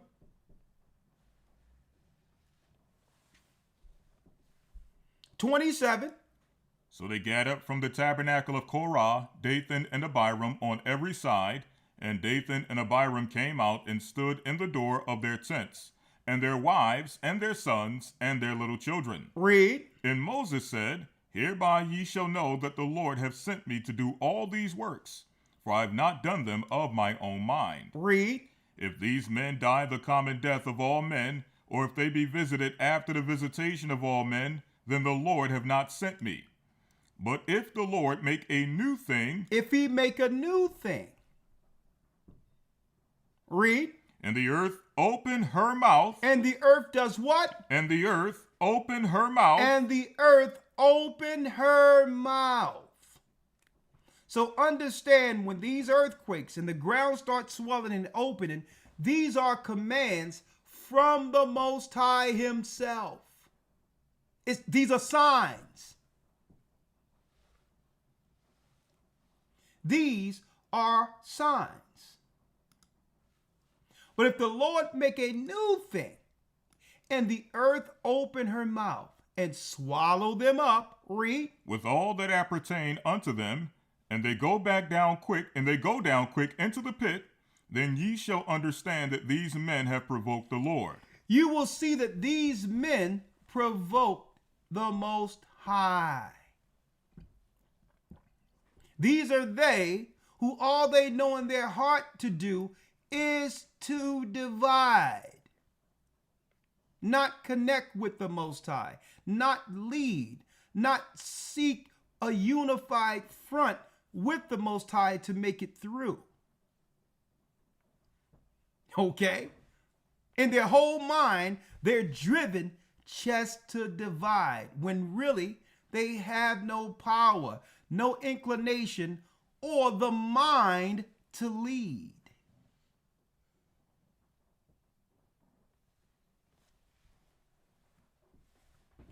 (31) And it came to pass, as he had made an end of speaking all these words, that the ground clave asunder that was under them. And the earth opened her mouth, and swallowed them up, and their houses, and all the men that appertain unto Korah, and all their goods. They and all that appertained to them went down alive into the pit. Went down alive in the pit. A one-way ticket to hell itself. No burials, no funerals, no memorials. They went straight to hell. Read. And the earth what? And the earth closed upon them. And the earth closed up. Read. And they perished from among the congregation. And they perished amongst the congregation. Now, why did the Most High do this? Because it happened in the heavens before the earth was made. There was a divide. Lucifer convinced 1/3 of the angels to go against the Almighty. You know what a demon is, because it's the children of those same angels. A demon seeks to divide. Someone with an inclination to lead and to do a work in of their self does that. They don't sit there and think in their mind how to divide something they had no hand in bringing forth. See? So the same thing with Dothan, the same thing with Korah. They sat there and seen Moses and said, well, even though they weren't chosen, and they looked at it and say, hey, why don't we divide the people? And the reason why they was in that particular posture, because they don't have the mind to go work and lead their own people that the Most High would entrust under them. This is what hell was made for. You can tell those who are in the spirit of the fallen ones, because they don't look to do their own work. They look to destroy from within, because they don't have no mind of how to actual do the work that leads to unity. Think about this, folks. The heavens is unified. And with that, the Most High, through a word, through total order, made the heavens and the earth. Think about that. So he understands the beginning of it all because he started it all.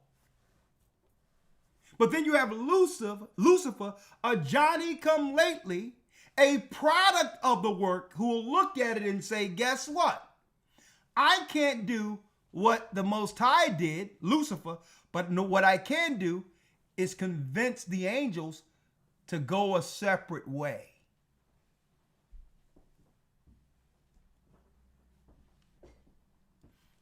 Hell is prepared for individuals like that. Let's go there.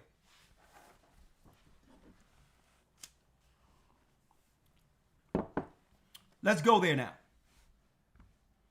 Let's go now.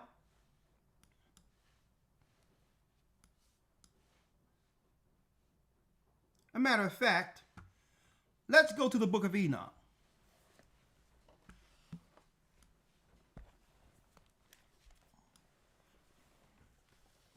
So hell is a place, a matter of fact, let's go to the desert Dudiel. Straight there first.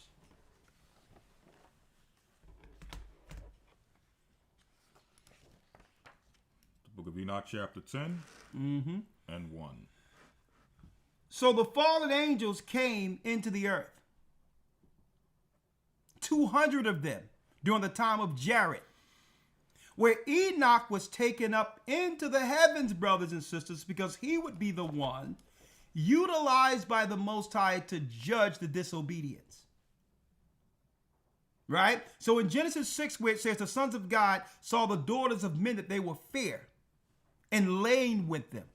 These were actual angels, folks, that began the disobedience in the earth, and they produced bastards. See? They produced bastards. Titans. Now, through this, eventually these spirits would have what? No place, because the Most High didn't think of them in the original creation. These are hybrids. So the Most High said, well, listen, I don't got no place for you. You can just float around the earth, being this hybrid product, and become evil spirits, and Christ will judge you all later. That's right, and send you directly to hell in the judgment. So hell was a place prepared originally for the fallen angels. People weren't supposed to go there. People weren't supposed to go into hell. Think about this, folks.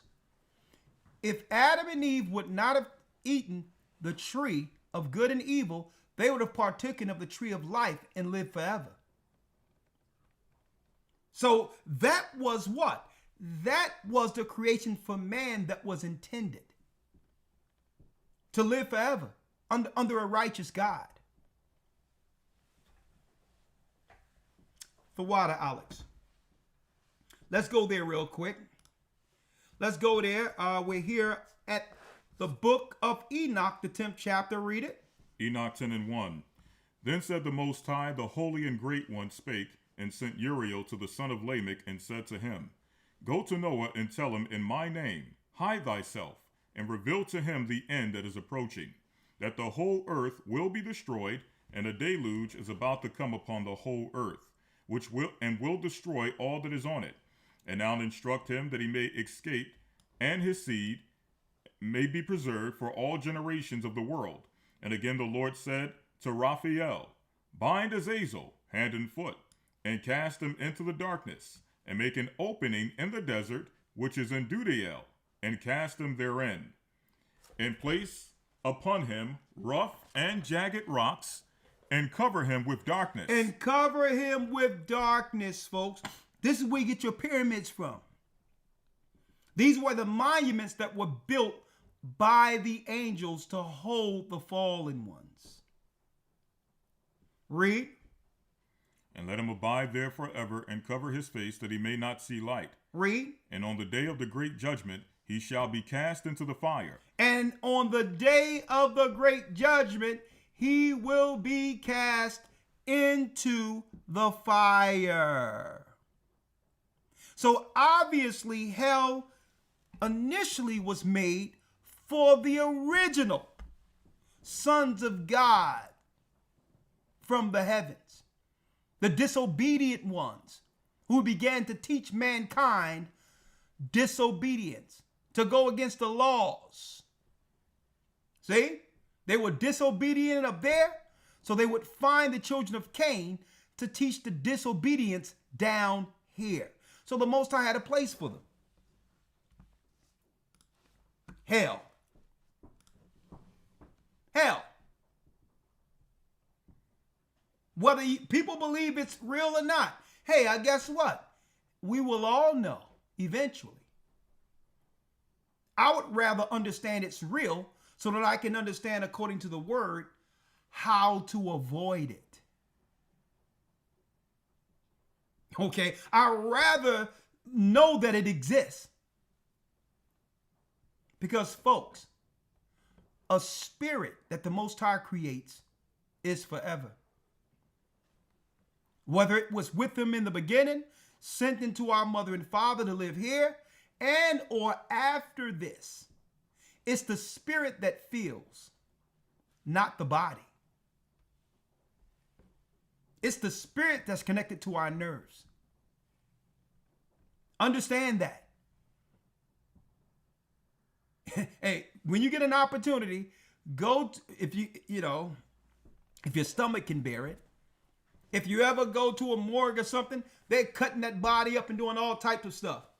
And that body isn't reacting, saying, ouch, ooh, what's going on here? Why? There's no spirit. So it's the spirit that felt the pain. See? So all of that feeling goes with the spirit someplace else.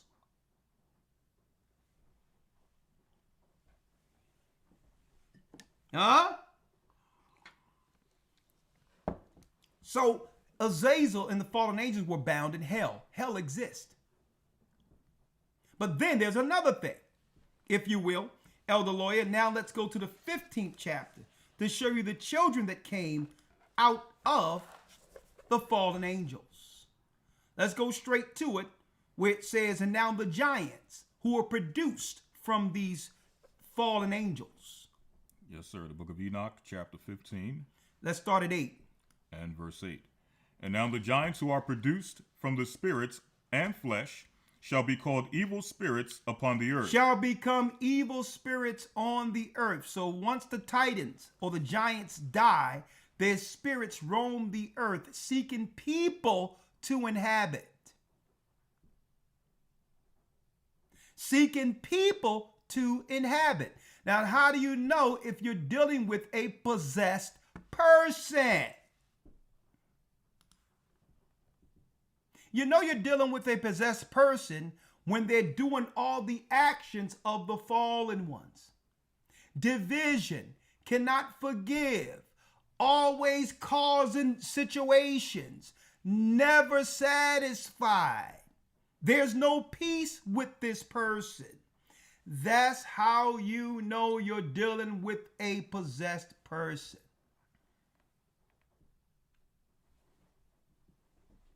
Okay, some of these people that have demons or possessions, some are functional, that they can operate in regular society, but still know that there's something wrong with them. Okay?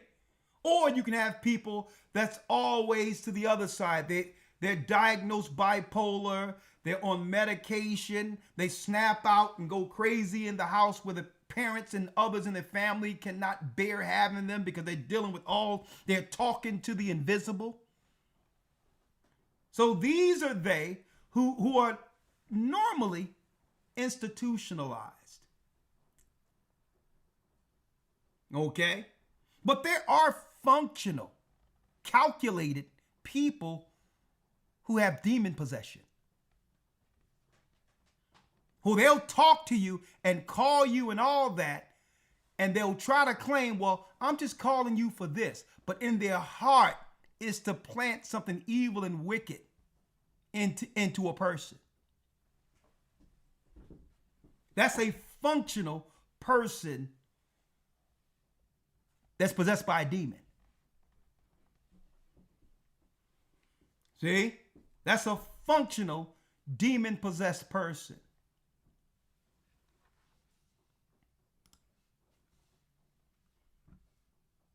Shall be called evil spirits upon the earth. Read. And on the earth shall be their dwelling. And on the earth shall be their dwelling.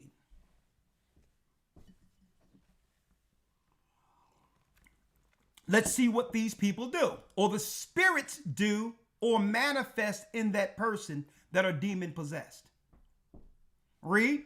Evil spirits have proceeded from their bodies, because they are born from men, and from the holy watchers is their beginning and primal origin. Read. They shall be evil spirits on earth, and evil spirits shall they be called. As for the spirits of heaven, and heaven shall be their dwelling.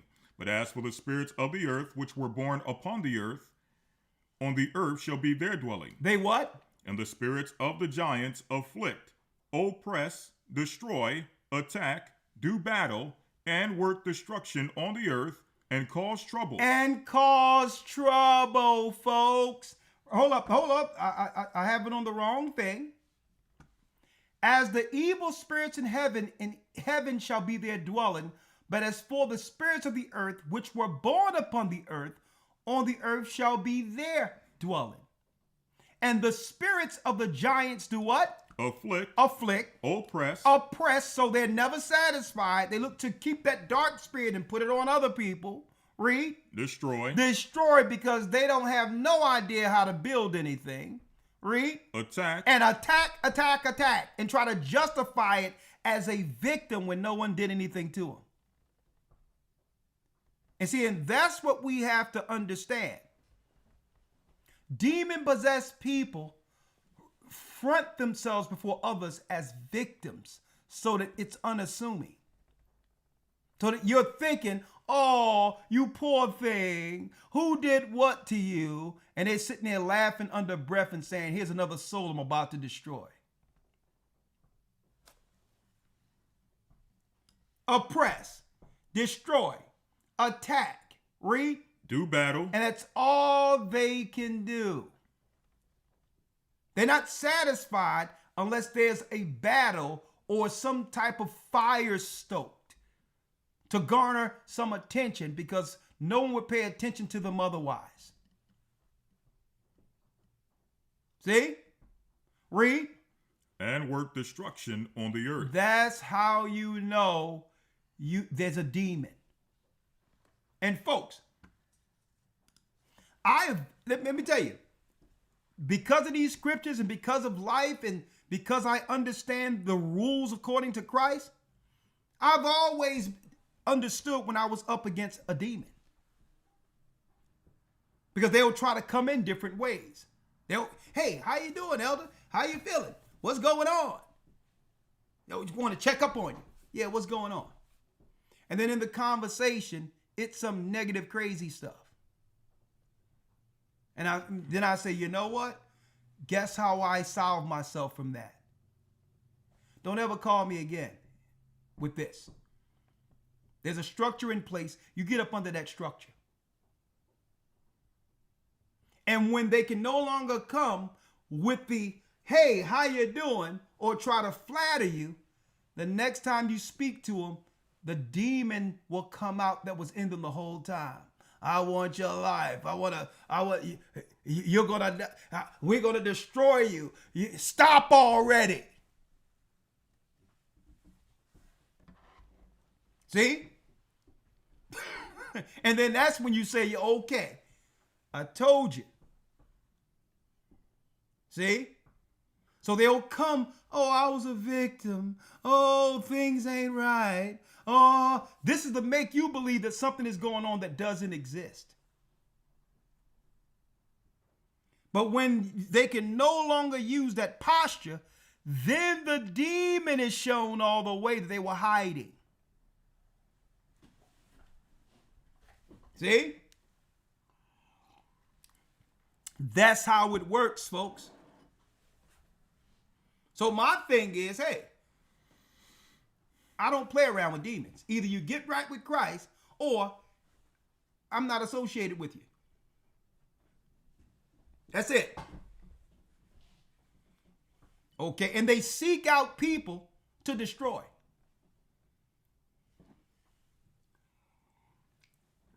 Oh yeah, have you heard the gathering of Christ Church?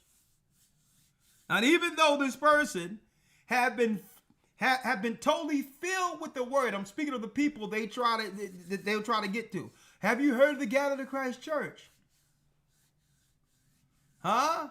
Oh yeah. So you know, they're cool and all of that. They're good people, but you know, they are a blessing.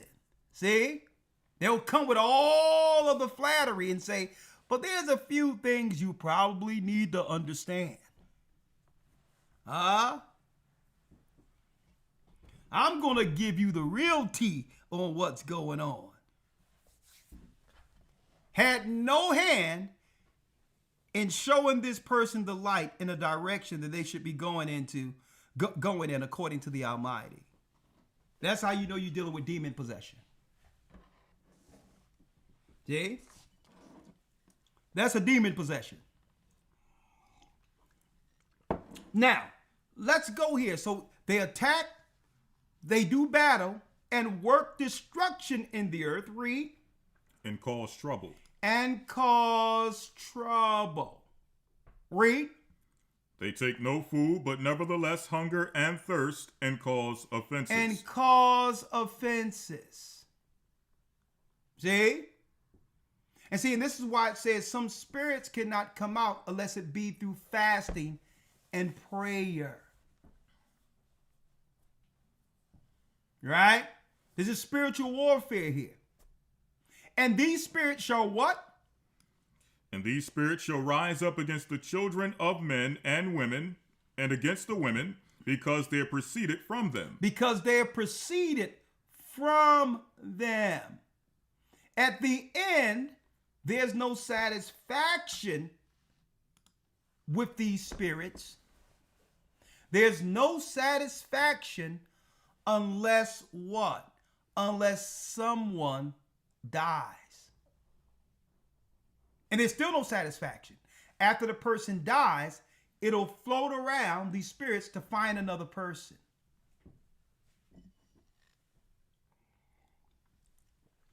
Now let's talk about this place called hell that people claim doesn't exist. Right? Elder Lawya, if you will.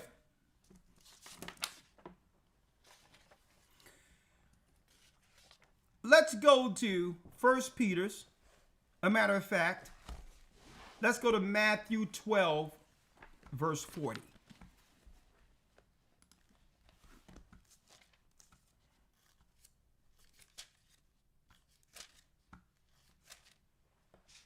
Matthew 12,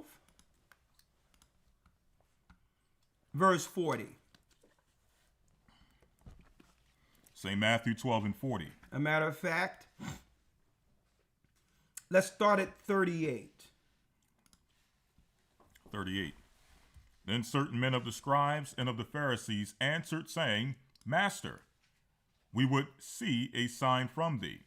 But he answered and said unto them, An evil and adulterous generation seeketh after a sign, and there shall no sign be given it but the sign of the prophet Jonas. But the sign of the prophet Jonas. Everyone is seeking a sign. But it says, no sign shall be given to this people. Thawada, who's that? LaSalle Upton, thank you. There shall no sign be given to you but the sign of the prophet Jonas. What is this sign?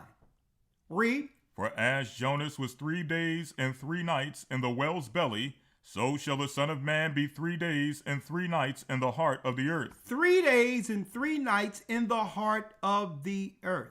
The sign is Christ going into hell, that place for judgment, and appearing on earth 3 days later. So hell was made for judgment. So the judge would have to visit there between realms after death. See that?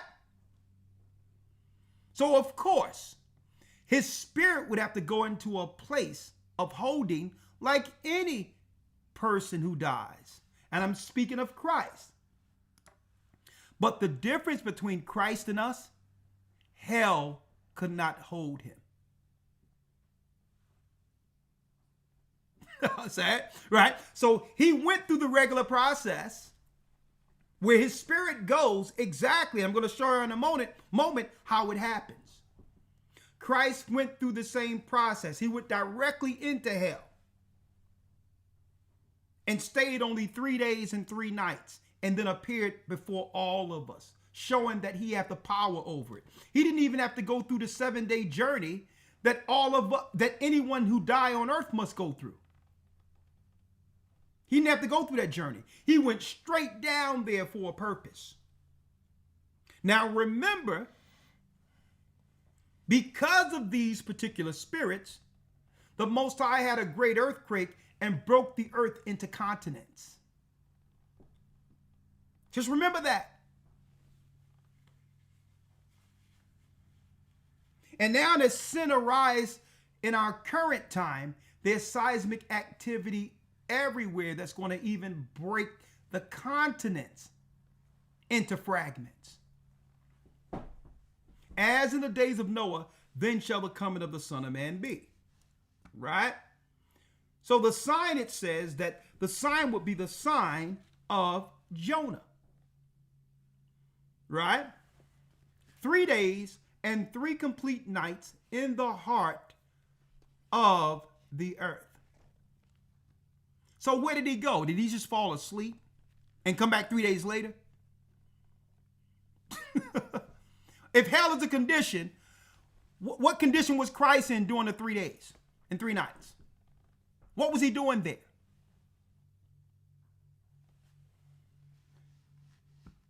Let's go to 1 Peter 3.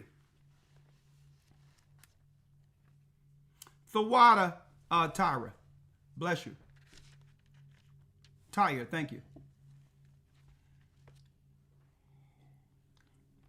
Tiara, thank you.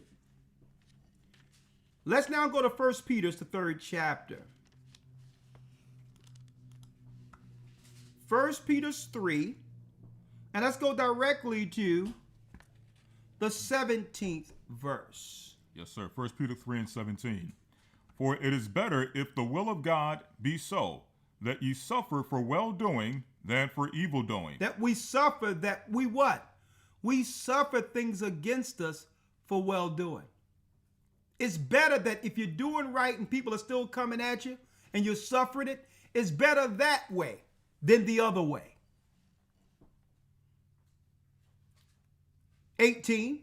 For Christ also have once suffered for sins, the just for the unjust, that he might bring us to God, being put to death in the flesh, but quickened by the Spirit.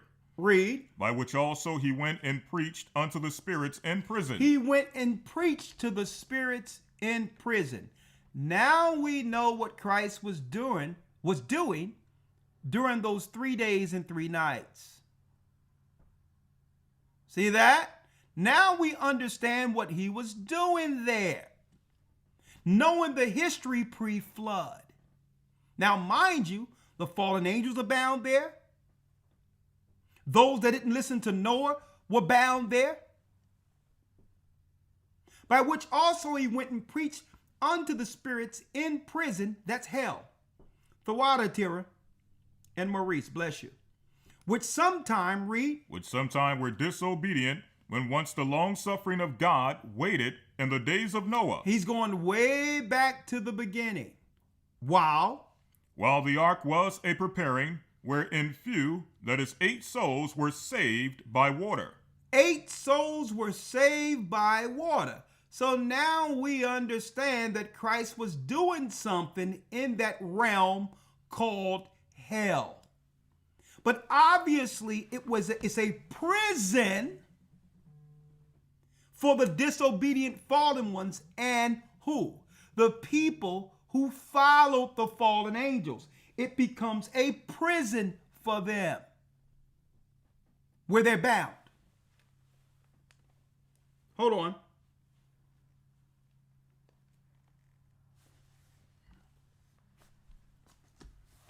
Where they're bound. So let's talk about it now. So Christ wasn't just down there, just 3 days, 3 nights, and just relaxing.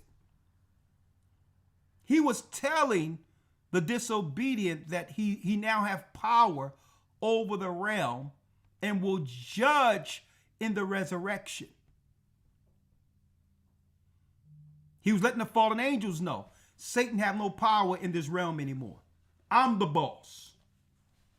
Christ was telling the fallen angels, that's right. Because Satan's plan was to release them to rule in the earth with him. That was Satan's plan. And believe it or not, that's the Luciferian plan under the Luciferian Bible. To release these spirits that were bound before the flood to reign over humanity and go into the cosmos. That's their plan. The Antichrist plan is to release these souls, their Messiah, and the gods that are bound to rule over the earth to stop Israel, God's people, from getting our chance with the promise.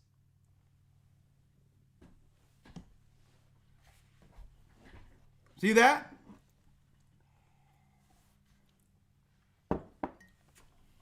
So it tells you about the spirits that were released through the river Euphrates that gave mankind the idea of being able to do these shots and all these things to get rid of a population of people. All of that comes with these same spirits that were bound. 90% of them were released. I'm speaking of the Nephilim spirits, or the demons that were held after Noah's Ark after Noah's Ark rested on Mount Ararat. So we know that Christ would judge this place, the same place. Let's get Luke 16 real quick.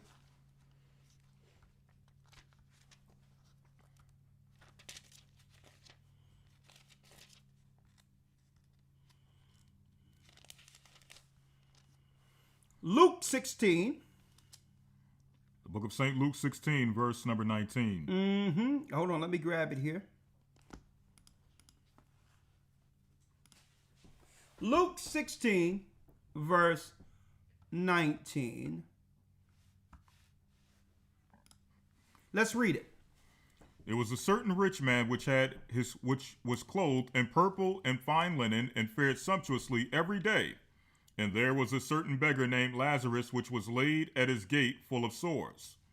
And desiring to be fed with the crumbs which fell from the rich man's table, moreover, the dogs came and licked his sores. And it came to pass that the beggar died and was carried by the angels into Abraham's bosom. So how can this just be a metaphor? Now they say this is a parable. Well, these are actual angels with a function. To carry who? To carry Lazarus into Abraham's bosom. So there's a place to hold the righteous. So you have people who would try to twist this and say, well, this is just metaphoric or parabolic, and he's just making an example of an earth situation. This is the white man who was bad against the black man or Israelites, and just some foolishness. Okay? No, accept what it's saying. There's a place where the angels takes the righteous after death called the bosom of Abraham. Is that okay to believe this literally?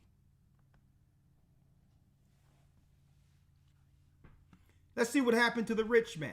The rich man also died and was buried. So Christ is showing us someone died. There's a funeral here. He's buried. And then what happens? 23. And in hell he lift up his eyes, being in torment. So you can see after death. So all your senses are alive because it's the spirit that lives, not the body. The body is the shell for the spirit.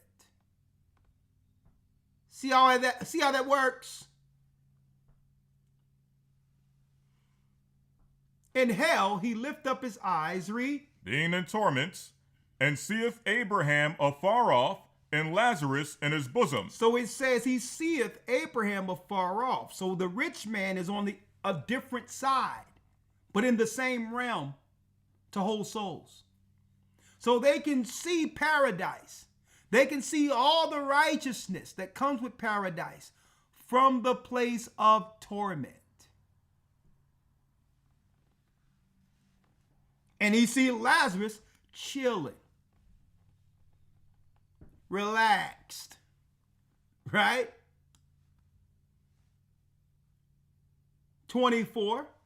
And he cried and said, Father Abraham, have mercy on me, and send Lazarus that he may dip the tip of his finger in water and cool my tongue, for I am tormented in this flame. What flame? The rich man is on the side where the fallen angels abound, where Azazel and the angels abound. And the angels that are bound and the spirits that are around them are tormenting those that are with or amongst them day and night.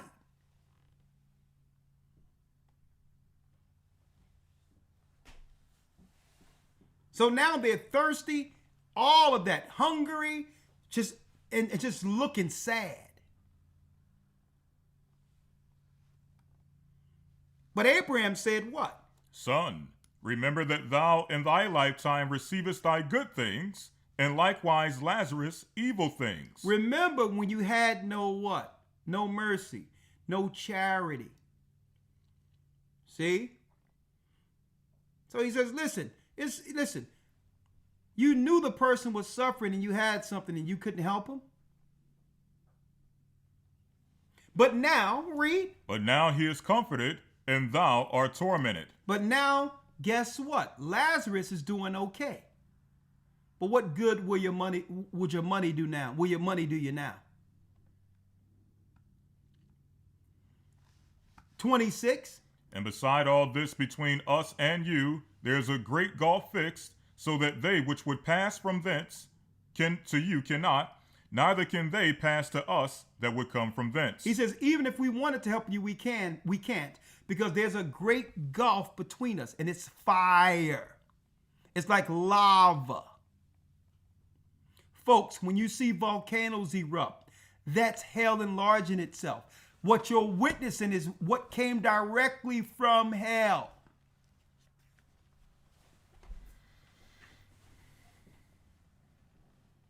Then he said, I pray thee therefore, Father, that thou wouldest send him to my father's house, for I have 5 brethren, that he may testify unto them, lest they also come into this place of torment. He says, hey, I got 5 brothers. At least go speak to them, because they think this on the same line we do. I do. They believe there is no God. They believe that they can do whatever they want without consequences. He says, at least tell my brothers not to come here. Read. Abraham said unto him, they have Moses and the prophets. They have what? They have Moses and the prophets. They have the Old Testament there. In the Old Testament also is what? Christ's path in ministry. Christ did not teach his ministry using the New Testament. There was no need for it. He had to fulfill what was written in it, including the ministry given to the disciples. He says they have the Old Testament with them. Moses is the first 5 books, and the rest of it are the prophets. He said they got the book. They have the scrolls. And he said, Nay, Father Abraham, but if one went unto them from the dead, they will repent. He said, hold up, if someone came from the dead, they will surely do what's right and say, hey, it's smoking down there. 31. And he said unto him, if they hear not Moses and the prophets, if they don't hear the Bible, read, neither will they be persuaded, though one rose from the dead. Christ rose from the dead. Do you think, are the people listening right now? Christ rose from the dead. It's proof. In the annals of Rome, they talk about this man who rose from the dead. It's history, and people still wax worse.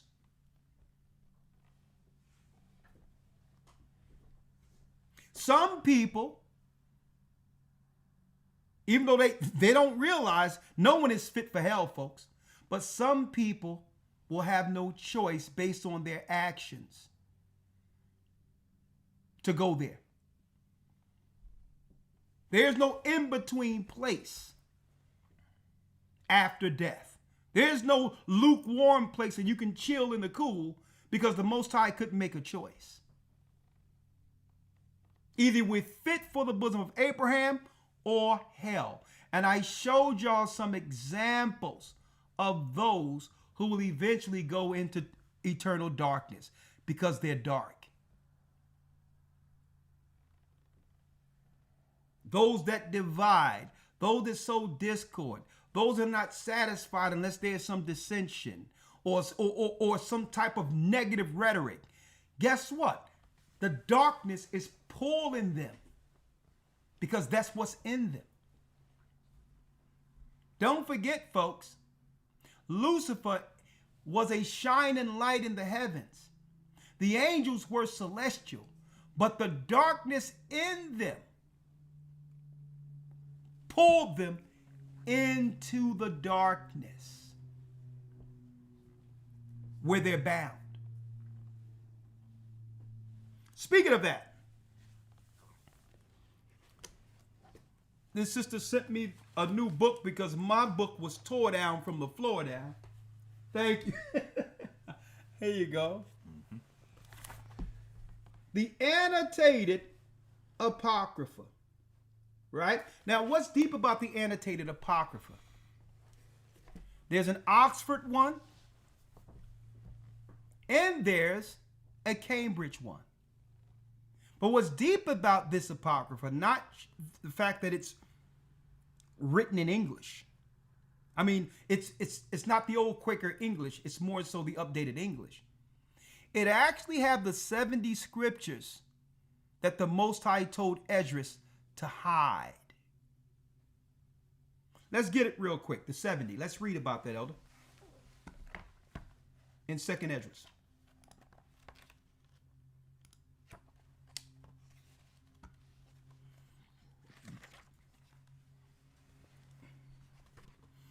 Second Esdras chapter 14 and verse number 42. 14, verse 42. The highest gave understanding unto the 5 men, and they wrote the wonderful visions of the night that were told, which they knew not. And they sat 40 days, and they wrote in the day, and at night they ate bread. As for me, I spake in the day, and I held not my tongue by night. In 40 days they wrote 204 books. And it came to pass, when the 40 days were fulfilled, that the highest spake, saying, the first that thou hast written, publish openly. He says the first record you have, you can publish this openly. These are the records we see in the Apocrypha that was in the original Bible. Read. That the worthy and unworthy may read it. Whether people believe in it or not, they'll have it accessed through their libraries. They'll be able to see it. Read. But the 70 last. But the 70 you keep last. Read. That thou mayest deliver them only to such as be wise among the people. The 70 will be delivered those who what? As be wise among the people. What 70? They found the 70 that the Most High told Esdras to hide. And guess what it is, folks? It's exactly what happens once the soul leaves the body after death. So if Cambridge University has this, and Oxford University has this, there's no question. They know for sure exactly what happens after death, folks, but refuse to tell the people, because if the people knew that hell exists, many would repent. Many would change. So we're going to read real quick. Let me pull it up for everyone. Exactly the 70 that was hidden for you all today. I'm going to read it. What did I do? I took a picture of it. Second Esdras, the 7th chapter, as you all can see.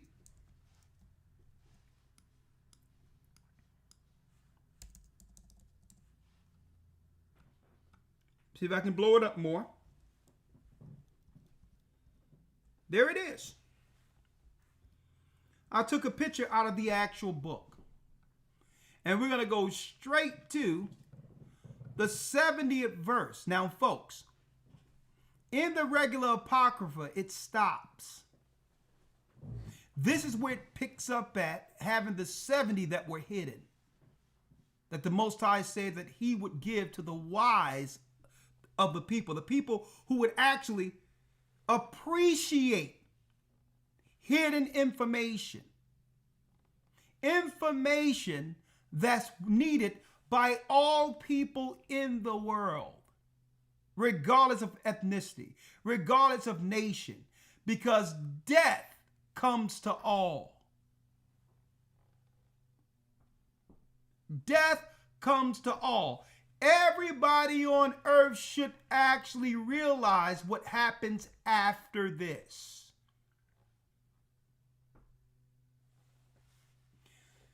He answered me and said, what? Here's the 70 that was hidden, folks.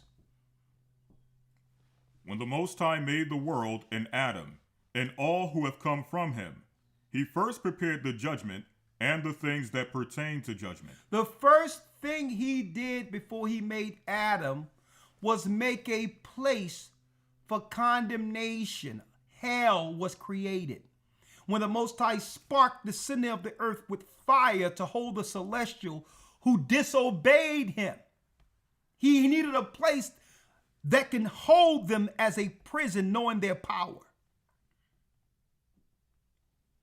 See? So he created hell first. Read. But now understand from your own words, for you have said that the mind grows with us.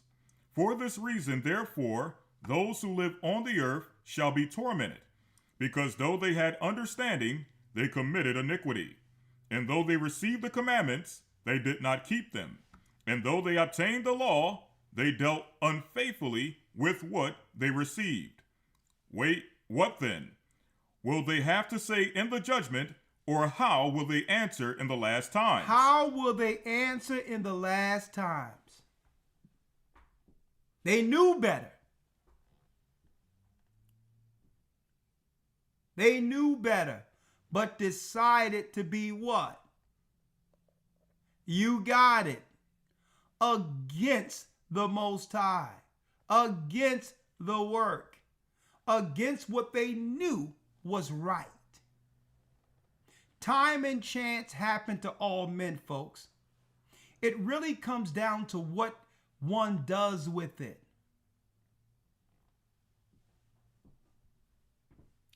All the rich knowledge and understanding and truth the Most High give, opening up our eyes. It's what we do with it.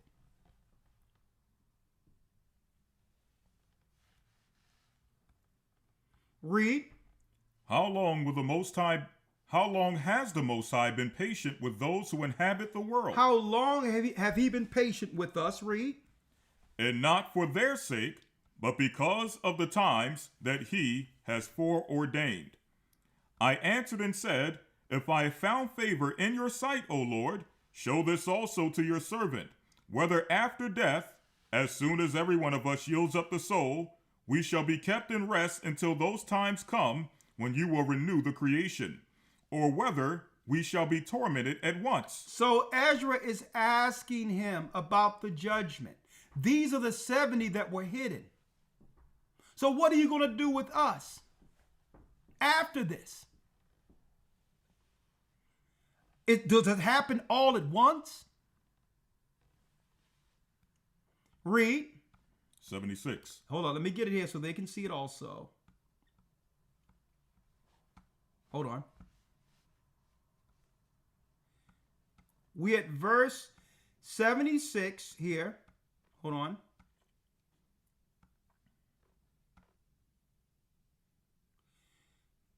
All right. Let me minimize it. Right there. There you go. Read on. He answered me and said. 76 here. Mm-hmm. He answered me and said, I will show you that also. But do not include yourself with those who have shown scorn, or number yourself among those who are tormented. For you have a treasure of works stored up with the Most High, but it will not be shown to you until the last time. Look at that. He said, I'm going to show you. But don't include yourself in those who have shown scorn, because you have already worked to have a reward that's separate from those who will get judged. Now, imagine that getting what? An assurance from the Most High while you're living that you're okay, that you've done enough works where he's satisfied to make sure you'll be protected even after death. Imagine that.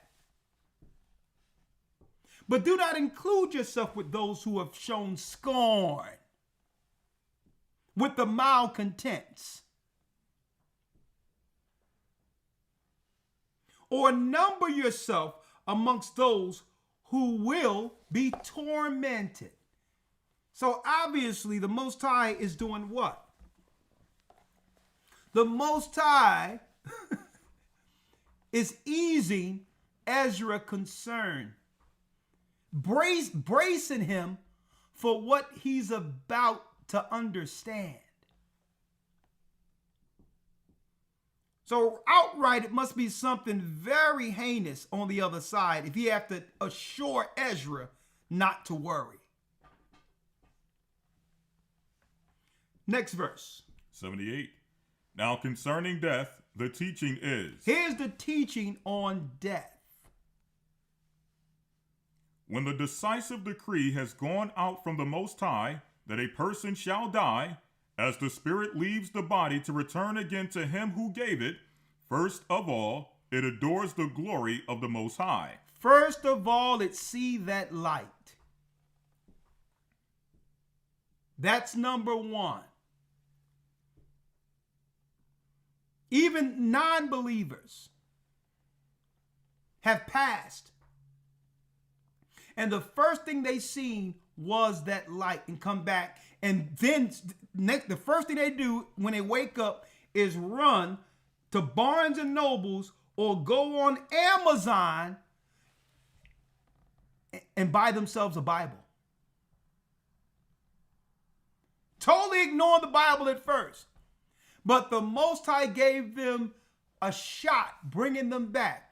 The example is with Brother Azariah, who produced that logo or that introduction for the news. I'll never switch that up. He did all that before there was any such thing as AI just giving you stuff. I'll never change our news introduction. I'll always thank that brother and always bring forth his name as a testimony for Saint. I'll never forget this. We come into the country, we get a call where they telling us that Azariah have 2 hours to live. We land, I think it was in Mississippi at the time. Get in a car. Listen to this, folks. Get in the car. I'm on my way. A brother pick us up, an Uber from the airport. You can't make this up. I've been teaching overseas for years. A brother pick us up from the airport on Uber.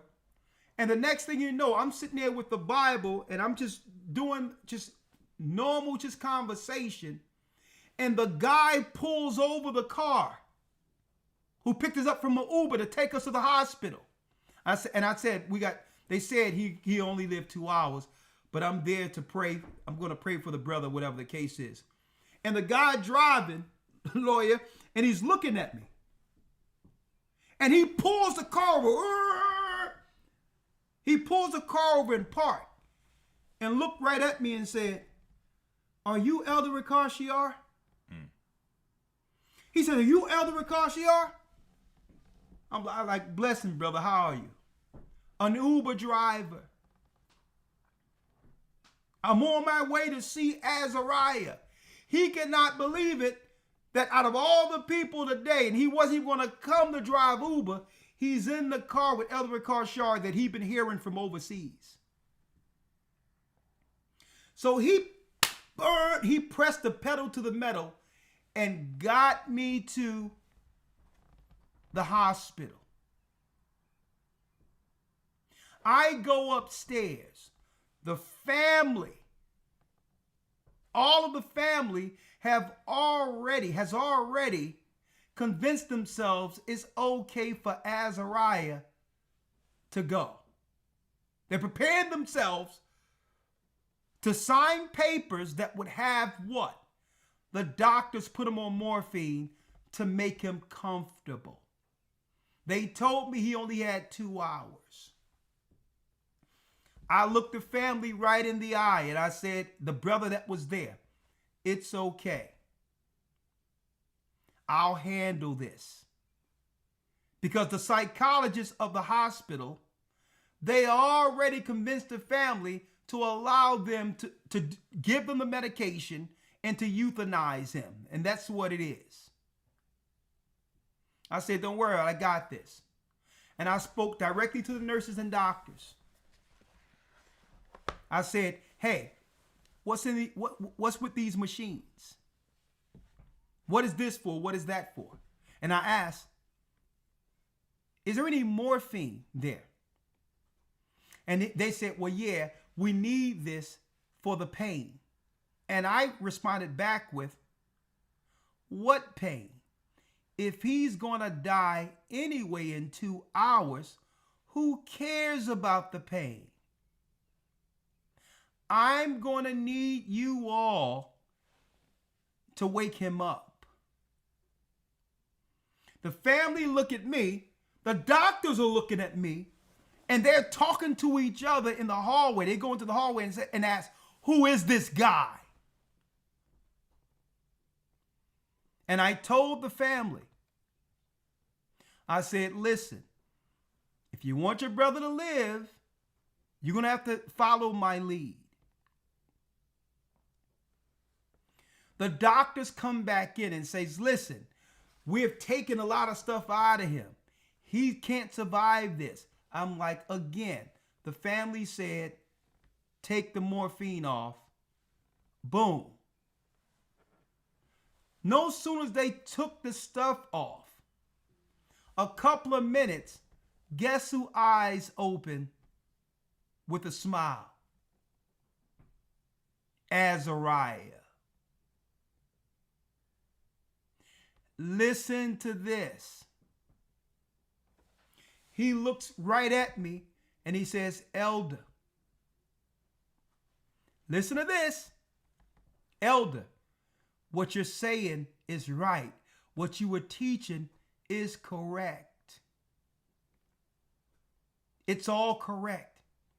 I was standing there with the light right there, and I was asking to go back. I was asking, I wanted to talk to you. This is what he was. The light was there, and he's standing right there, waiting to go back. And there's an angel there, and he's asking, I want to talk to you. I want to talk to Rawchaa. He knew I was there. I've talked about this before, brothers and sisters, but not this detailed. He knew I was on the other side. He wakes up. We anoint him. He's sitting there smiling. He's talking with me. He's eating beef ribs that night. And he lived about 6 months past the time they said for him that he'll only be there. He'll only live 2 hours. He lived 6 months. He had time to get his family together, say his goodbyes.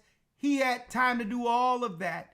And before he passed, he says, Elder, I would like to come on a broadcast to tell everyone that what y'all been teaching is real because I came from there.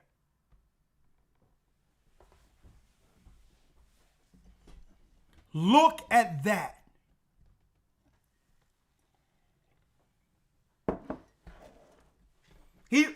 I may call his brother and bring his brother on again to remind you all. The thing that shocked me is the fact that he knew I was in the room,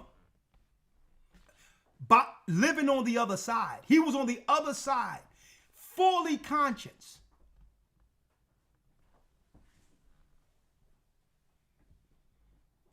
Fully conscious. Now here's another thing that came with it. Even though he could not walk or anything on the physical side, it wasn't like that on the spiritual side. He was standing next to a spirit next to him. He was standing up.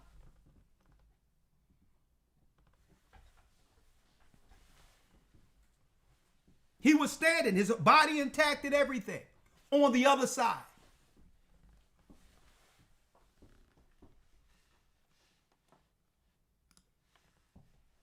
Let's go to that light.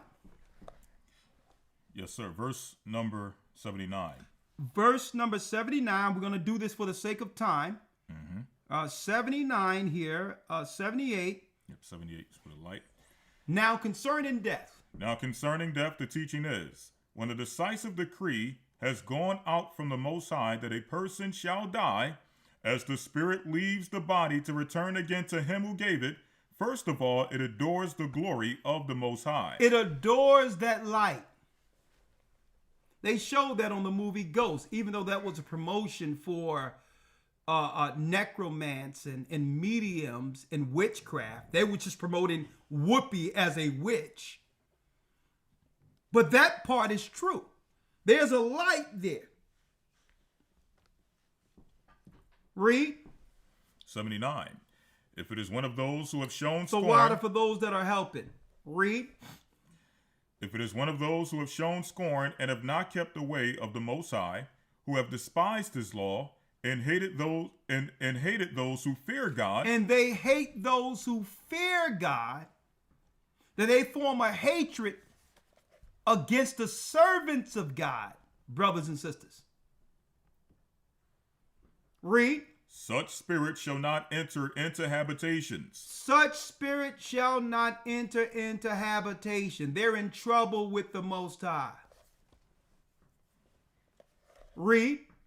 But shall immediately wander about in torments, always grieving and sad in 7 ways. Grieving and what? Sad in 7 ways. Now think about it. They're taking their sorry sadness to death with them. What they couldn't let go, what they couldn't forgive, the darkness that drove them into dissension, heresy, and hatred, that goes nowhere. It goes in a place where what? A place that was made that can relate to what's in them.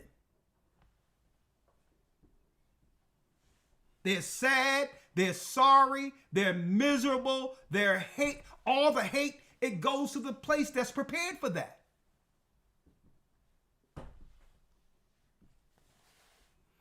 In 7 ways. The first way is what? Because they have scorned the law of the Most High. Because they knew they were wrong, and now they can do nothing about it.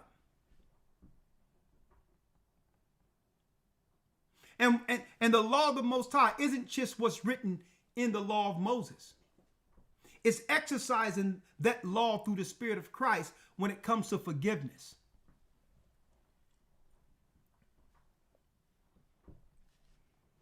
The second way. Because they cannot now make a good repentance so that they may live.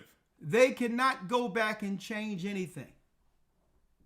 At least on earth, we have an opportunity to talk to people and interact with people to fix issues, to try to make amends while there's still life on earth.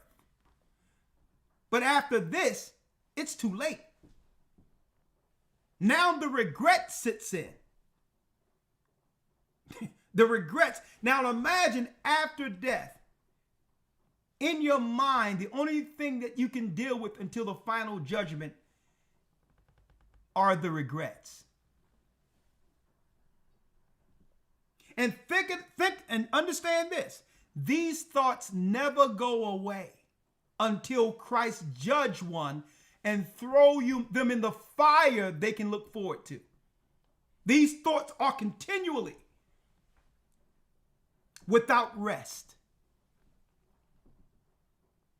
So that's why it's upon us to fix things while we're living.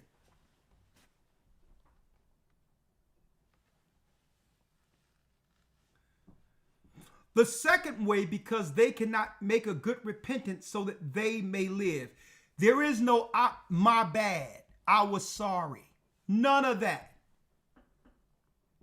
There's no opportunity after death. The third way. They shall see the reward laid up for those who have trusted the covenants of the Most High. They're able to see those who did right by the Most High, who had an opportunity and dealt with their affairs righteously on earth. They're able to see people who did it the right way on the other side. The fourth way. They shall consider the torment laid up for themselves in the last days. The fifth way. The only thing they can look forward to is the torment that comes with them and the fallen angels dying together when Christ judge in the final judgment. They have to stay there 1,000 years during Christ's judgment. Even in the first resurrection, they're still there. They have to be there for a whole 1,000 years after Christ returns, and then they're thrown into the fire, which is the second death. And in the second death, they feel that torment, that torment in the fire for an eternity. Because what? The Most High never made a spirit. All spirits were made to live forever because we are of its essence. We're from the Most High. So not only do they have to stay there for another 1,000 years after Christ's reign, they must feel the fire of the torment that was made for the angels, the fallen ones. That's the fifth way. They shall see how the habitations of the others are what? Are guarded by angels in profound quiet. And they're looking at us on the other side, and the righteous on the other side, the saints on the other side, where there's profound quiet. But there's no peace where they are. Now we understand in Luke 16, where the rich man was saying, Lazarus, dip your finger and give me a little water.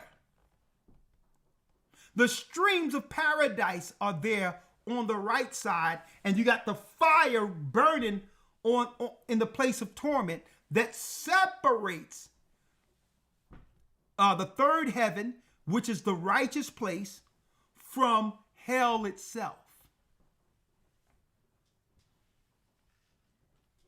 Read. The sixth way. The sixth way. They shall see how some of them will cross over into torments. The seventh way, which is worse than all the ways that have been mentioned, because they shall utterly waste away in confusion. So they take the confusion they're living with them.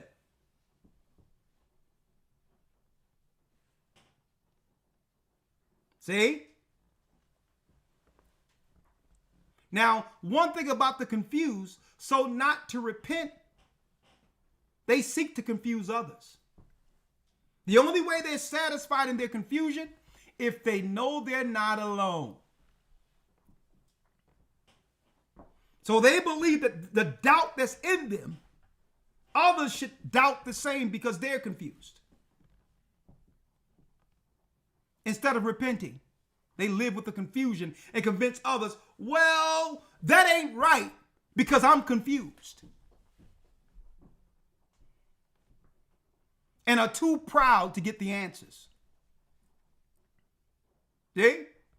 But they take the confusion with them. Here's a place where your confusion works out perfectly. Okay?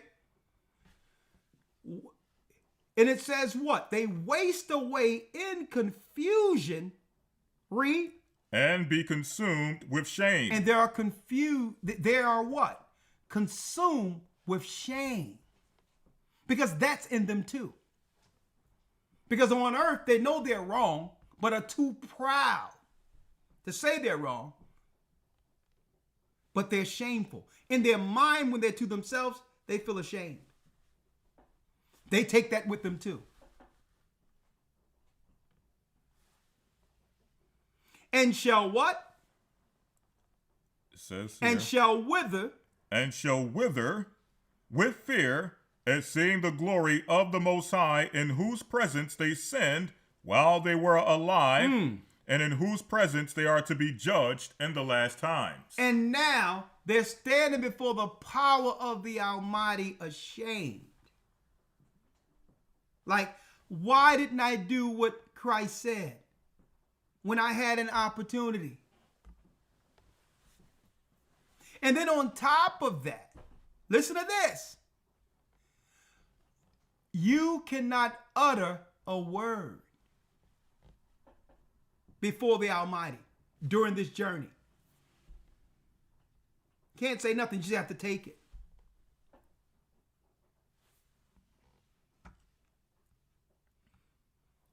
Read on. 88. Now this is the order of those who have kept the ways of the Most High, when they shall be separated from their mortal body. This is what happens to the righteous after death. Read.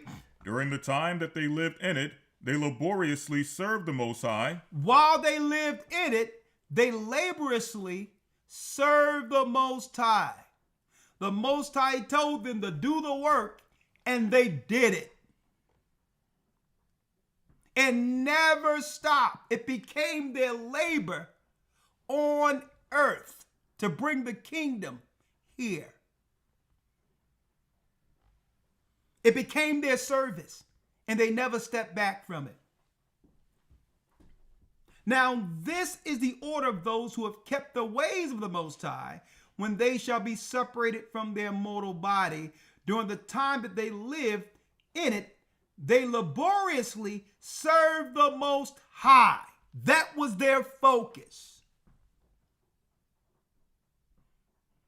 Their focus wasn't dissension. Their focus wasn't heresy or rumor, innuendo, stumbling people. Their work was the labor. What they're bringing forth is it bringing people to the Almighty. Is it bringing people closer to God in Christ? Or is it confusing them and or stumbling them?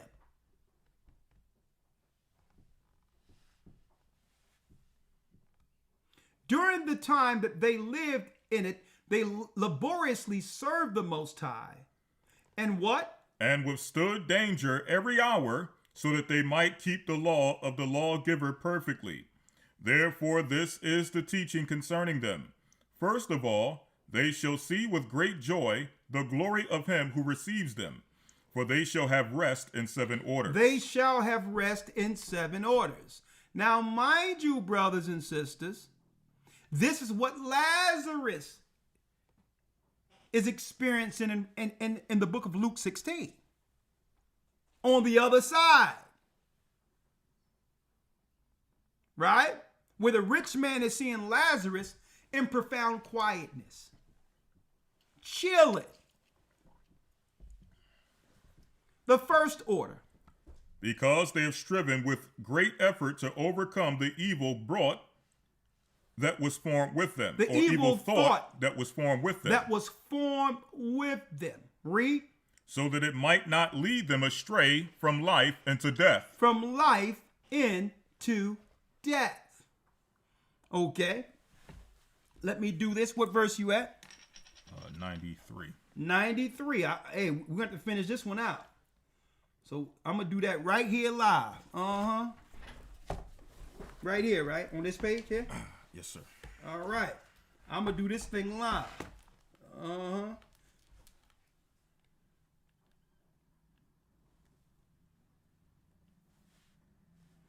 One second. Because we showing it plain like that, I'm going to do the other page. I forgot to take a picture of them, but do that live here.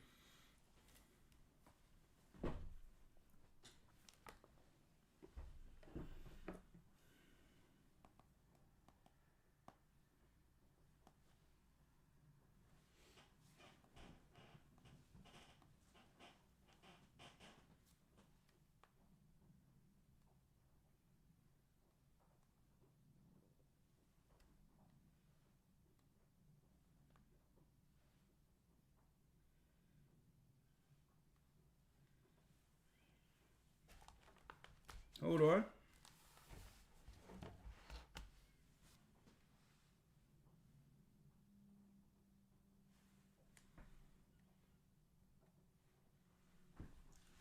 One second, folks. Let me grab it for you.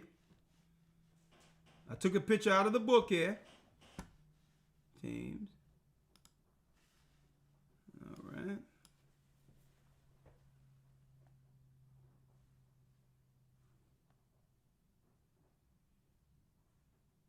One second. There it is.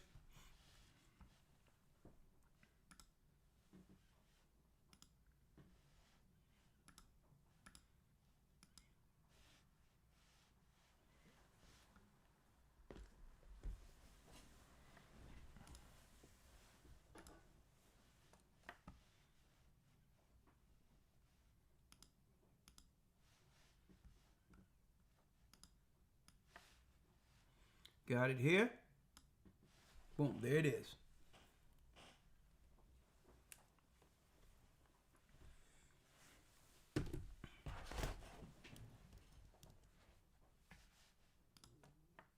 All right, right here.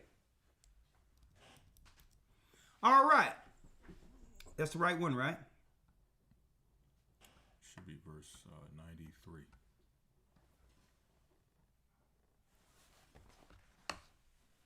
Right here, right?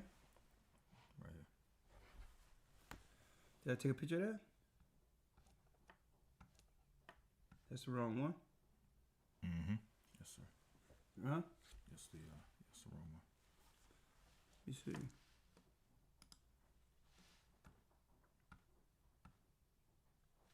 Right here, right? That's what I thought I took a picture of. Oh, okay. 1 second. Bear with me, folks.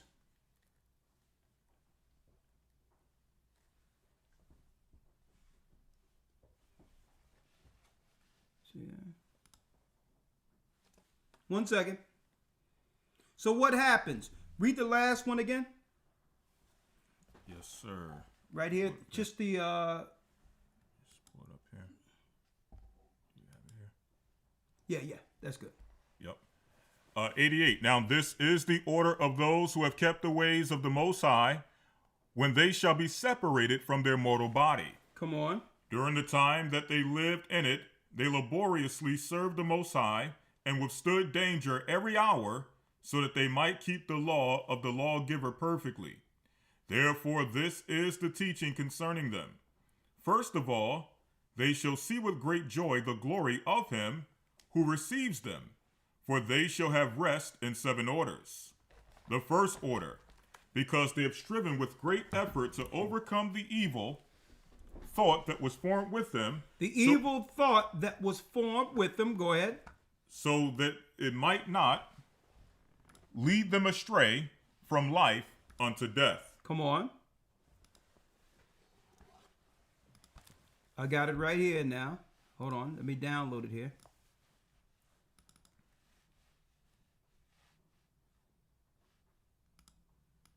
All right, bear with me, folks. I think I have it here. Yep.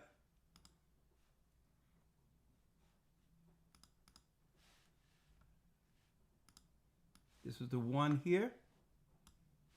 Yep, got it. All right.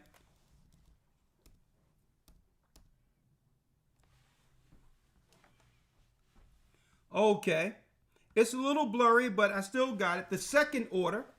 The second order, because they see the perplexity in which the souls of the ungodly wander and the punishment that awaits them. The third order, they see the witness that he who formed them bears concerning them, that throughout their life they kept the law with which they were entrusted. They kept the law in which they were entrusted, including the law of Christ, to love thy neighbor as thy love thyself. The fourth order. They understand the rest that they now enjoy, being gathered into their chambers and guarded by angels in profound quiet. In profound quiet, like Lazarus was. And folks, they're not bound by time or space. So when the resurrection happens and they come back, it's going to be like they just died. That's how deep this is. In a twinkling of an eye, it's going to be like they just fell asleep and came back. Read. They shall rest. They shall understand the rest that they now enjoy, being gathered into the chambers and guarded by angels in profound quiet, and the glory waiting for them in the last days. In the last days, read the fifth order. They rejoice that they have now escaped what is corruptible and shall inherit what is to come. And besides, they see the straits and toil from which they have been delivered, and the spacious liberty that they are to receive and enjoy in immortality. And they see the life on earth, immortality after the resurrection. They know that they'll live forever. Look at that. The fallen angels who were made to live forever are tormented. And those that are in Christ who had to die, immortality. Right? People who would appreciate what the fallen angels denied by rebellion. Immortality. They had immortality and lost it. And through that, they die. See? Read. The sixth order, 97. The sixth order. When it is shown them how their face is to shine like the sun, and how they are to be made like the light of the stars, being incorruptible from then on. Being incorruptible from then on. Read. The seventh order. Which is greater than all that have been mentioned, because they shall rejoice with boldness, and shall be confident without confusion. Without confusion, read. And shall be confident without confusion, and shall be glad without fear. Glad without fear. For they press toward to see the face of him whom they have served in life, and from whom they are to receive their reward when glorified. Christ, read. This is the order of the souls of the righteous, as henceforth is announced, and they previously mentioned are the ways of torment, that those who would not give heed shall suffer hereafter. Read. Then I answered and said. Will time therefore be given to the souls after they have been separated from the bodies, to see what you have described to me? So when someone dies, Ezra is asking, will souls see what you've just explained to me? Read. He said to me, they shall have freedom for 7 days. A 7-day journey, read. So that during these 7 days they may see the things which you have been told, And afterwards they should be gathered in their habitations. And after that, they will be gathered into their habitations, which means they'll either end up in the bosom of Abraham, of course, in church. Thank you, TJ. We were taught in church, you go to heaven or hell. Well, the bosom of Abraham is that example of what we used to call heaven. And hell are the torments. And there's a 7-day journey where whether you good or bad, you see it all. But eventually you go into your place. Now, also, either the righteous place, if we do right while on earth, will have the quietness that comes with the resurrection. Or if we scorn, divisive, evil, lying, deceiving, all the things that we know is wrong against God's law, there's a place for it. And it's called hell.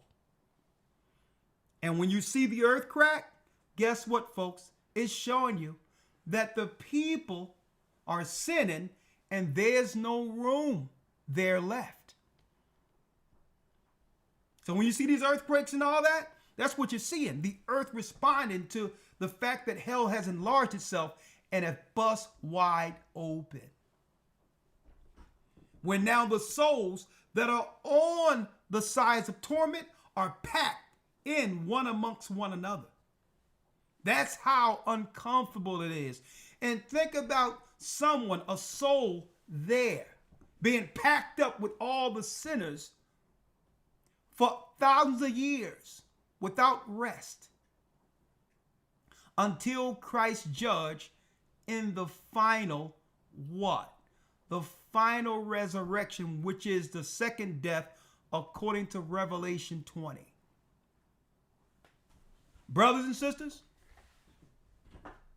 we all have an opportunity. Choose your side carefully. And based on our actions in the earth, understand, it's not the Most High who send any person anywhere. It's our actions while on earth. We choose the habitation we'll be in after death based on our personal actions on earth. Understand that. The Most High have the whole thing set where the life we live leads to a judgment or a habitation or where he'll hold us until the judgment. I thank the Most High for sending his son, for the mercy and the knowledge and the light to understand what many couldn't understand in this earth for generations. And I've been seeking to know, well, what happens after all of this? And the Most High revealed it through his prophets. And today, through the Gathering of Christ Church, it has been delivered to you. Give full honor and reverence to Rawchaa. That's the name of God. And his son, Yeshua, our Savior. Through the Holy Spirit, the Rawchaa. I hope this particular lesson help all those who may view this from this day forward. Help you on your journey with the understanding to what? To know the God who has awakened us all. I'll see you tomorrow in the academy. And yes, we're back. What are we dealing with, Elder Lawya? We have a brand new lesson, the 12 Lost Tribes Found. The 12 Lost Tribes Found, revisited. It's time to bring that thing up to date. And we'll do that tomorrow in the academy. Of course, you can support the church. $GOCC report through Cash App. Go to gatheringofchrist.org under donate. You can always donate tithes, offerings, whatever you see fit that you can afford to help the church go forward. There's also a drop down if you want to support the I Am Royal School for our children. And understand, whatever you contribute towards, that's where your money goes. Mm-hmm. That's right. Okay? And thank you all here. Thank you for supporting the chat with the monetary help that you do for these particular broadcasts. We really love you. We thank you for all your support. And above all, continue in prayer. We need those prayers and your spiritual support on the outside of these teachings, that the Most High can protect us going forward to finish the work Christ has entrusted in this particular ministry. With that, we're going to say, stay prayed up, sin not. We will soon see Israel. And yes, we are the children of Israel, and we are back. You all have a pleasant, blessed Sabbath. Ahayah's calling back Israel.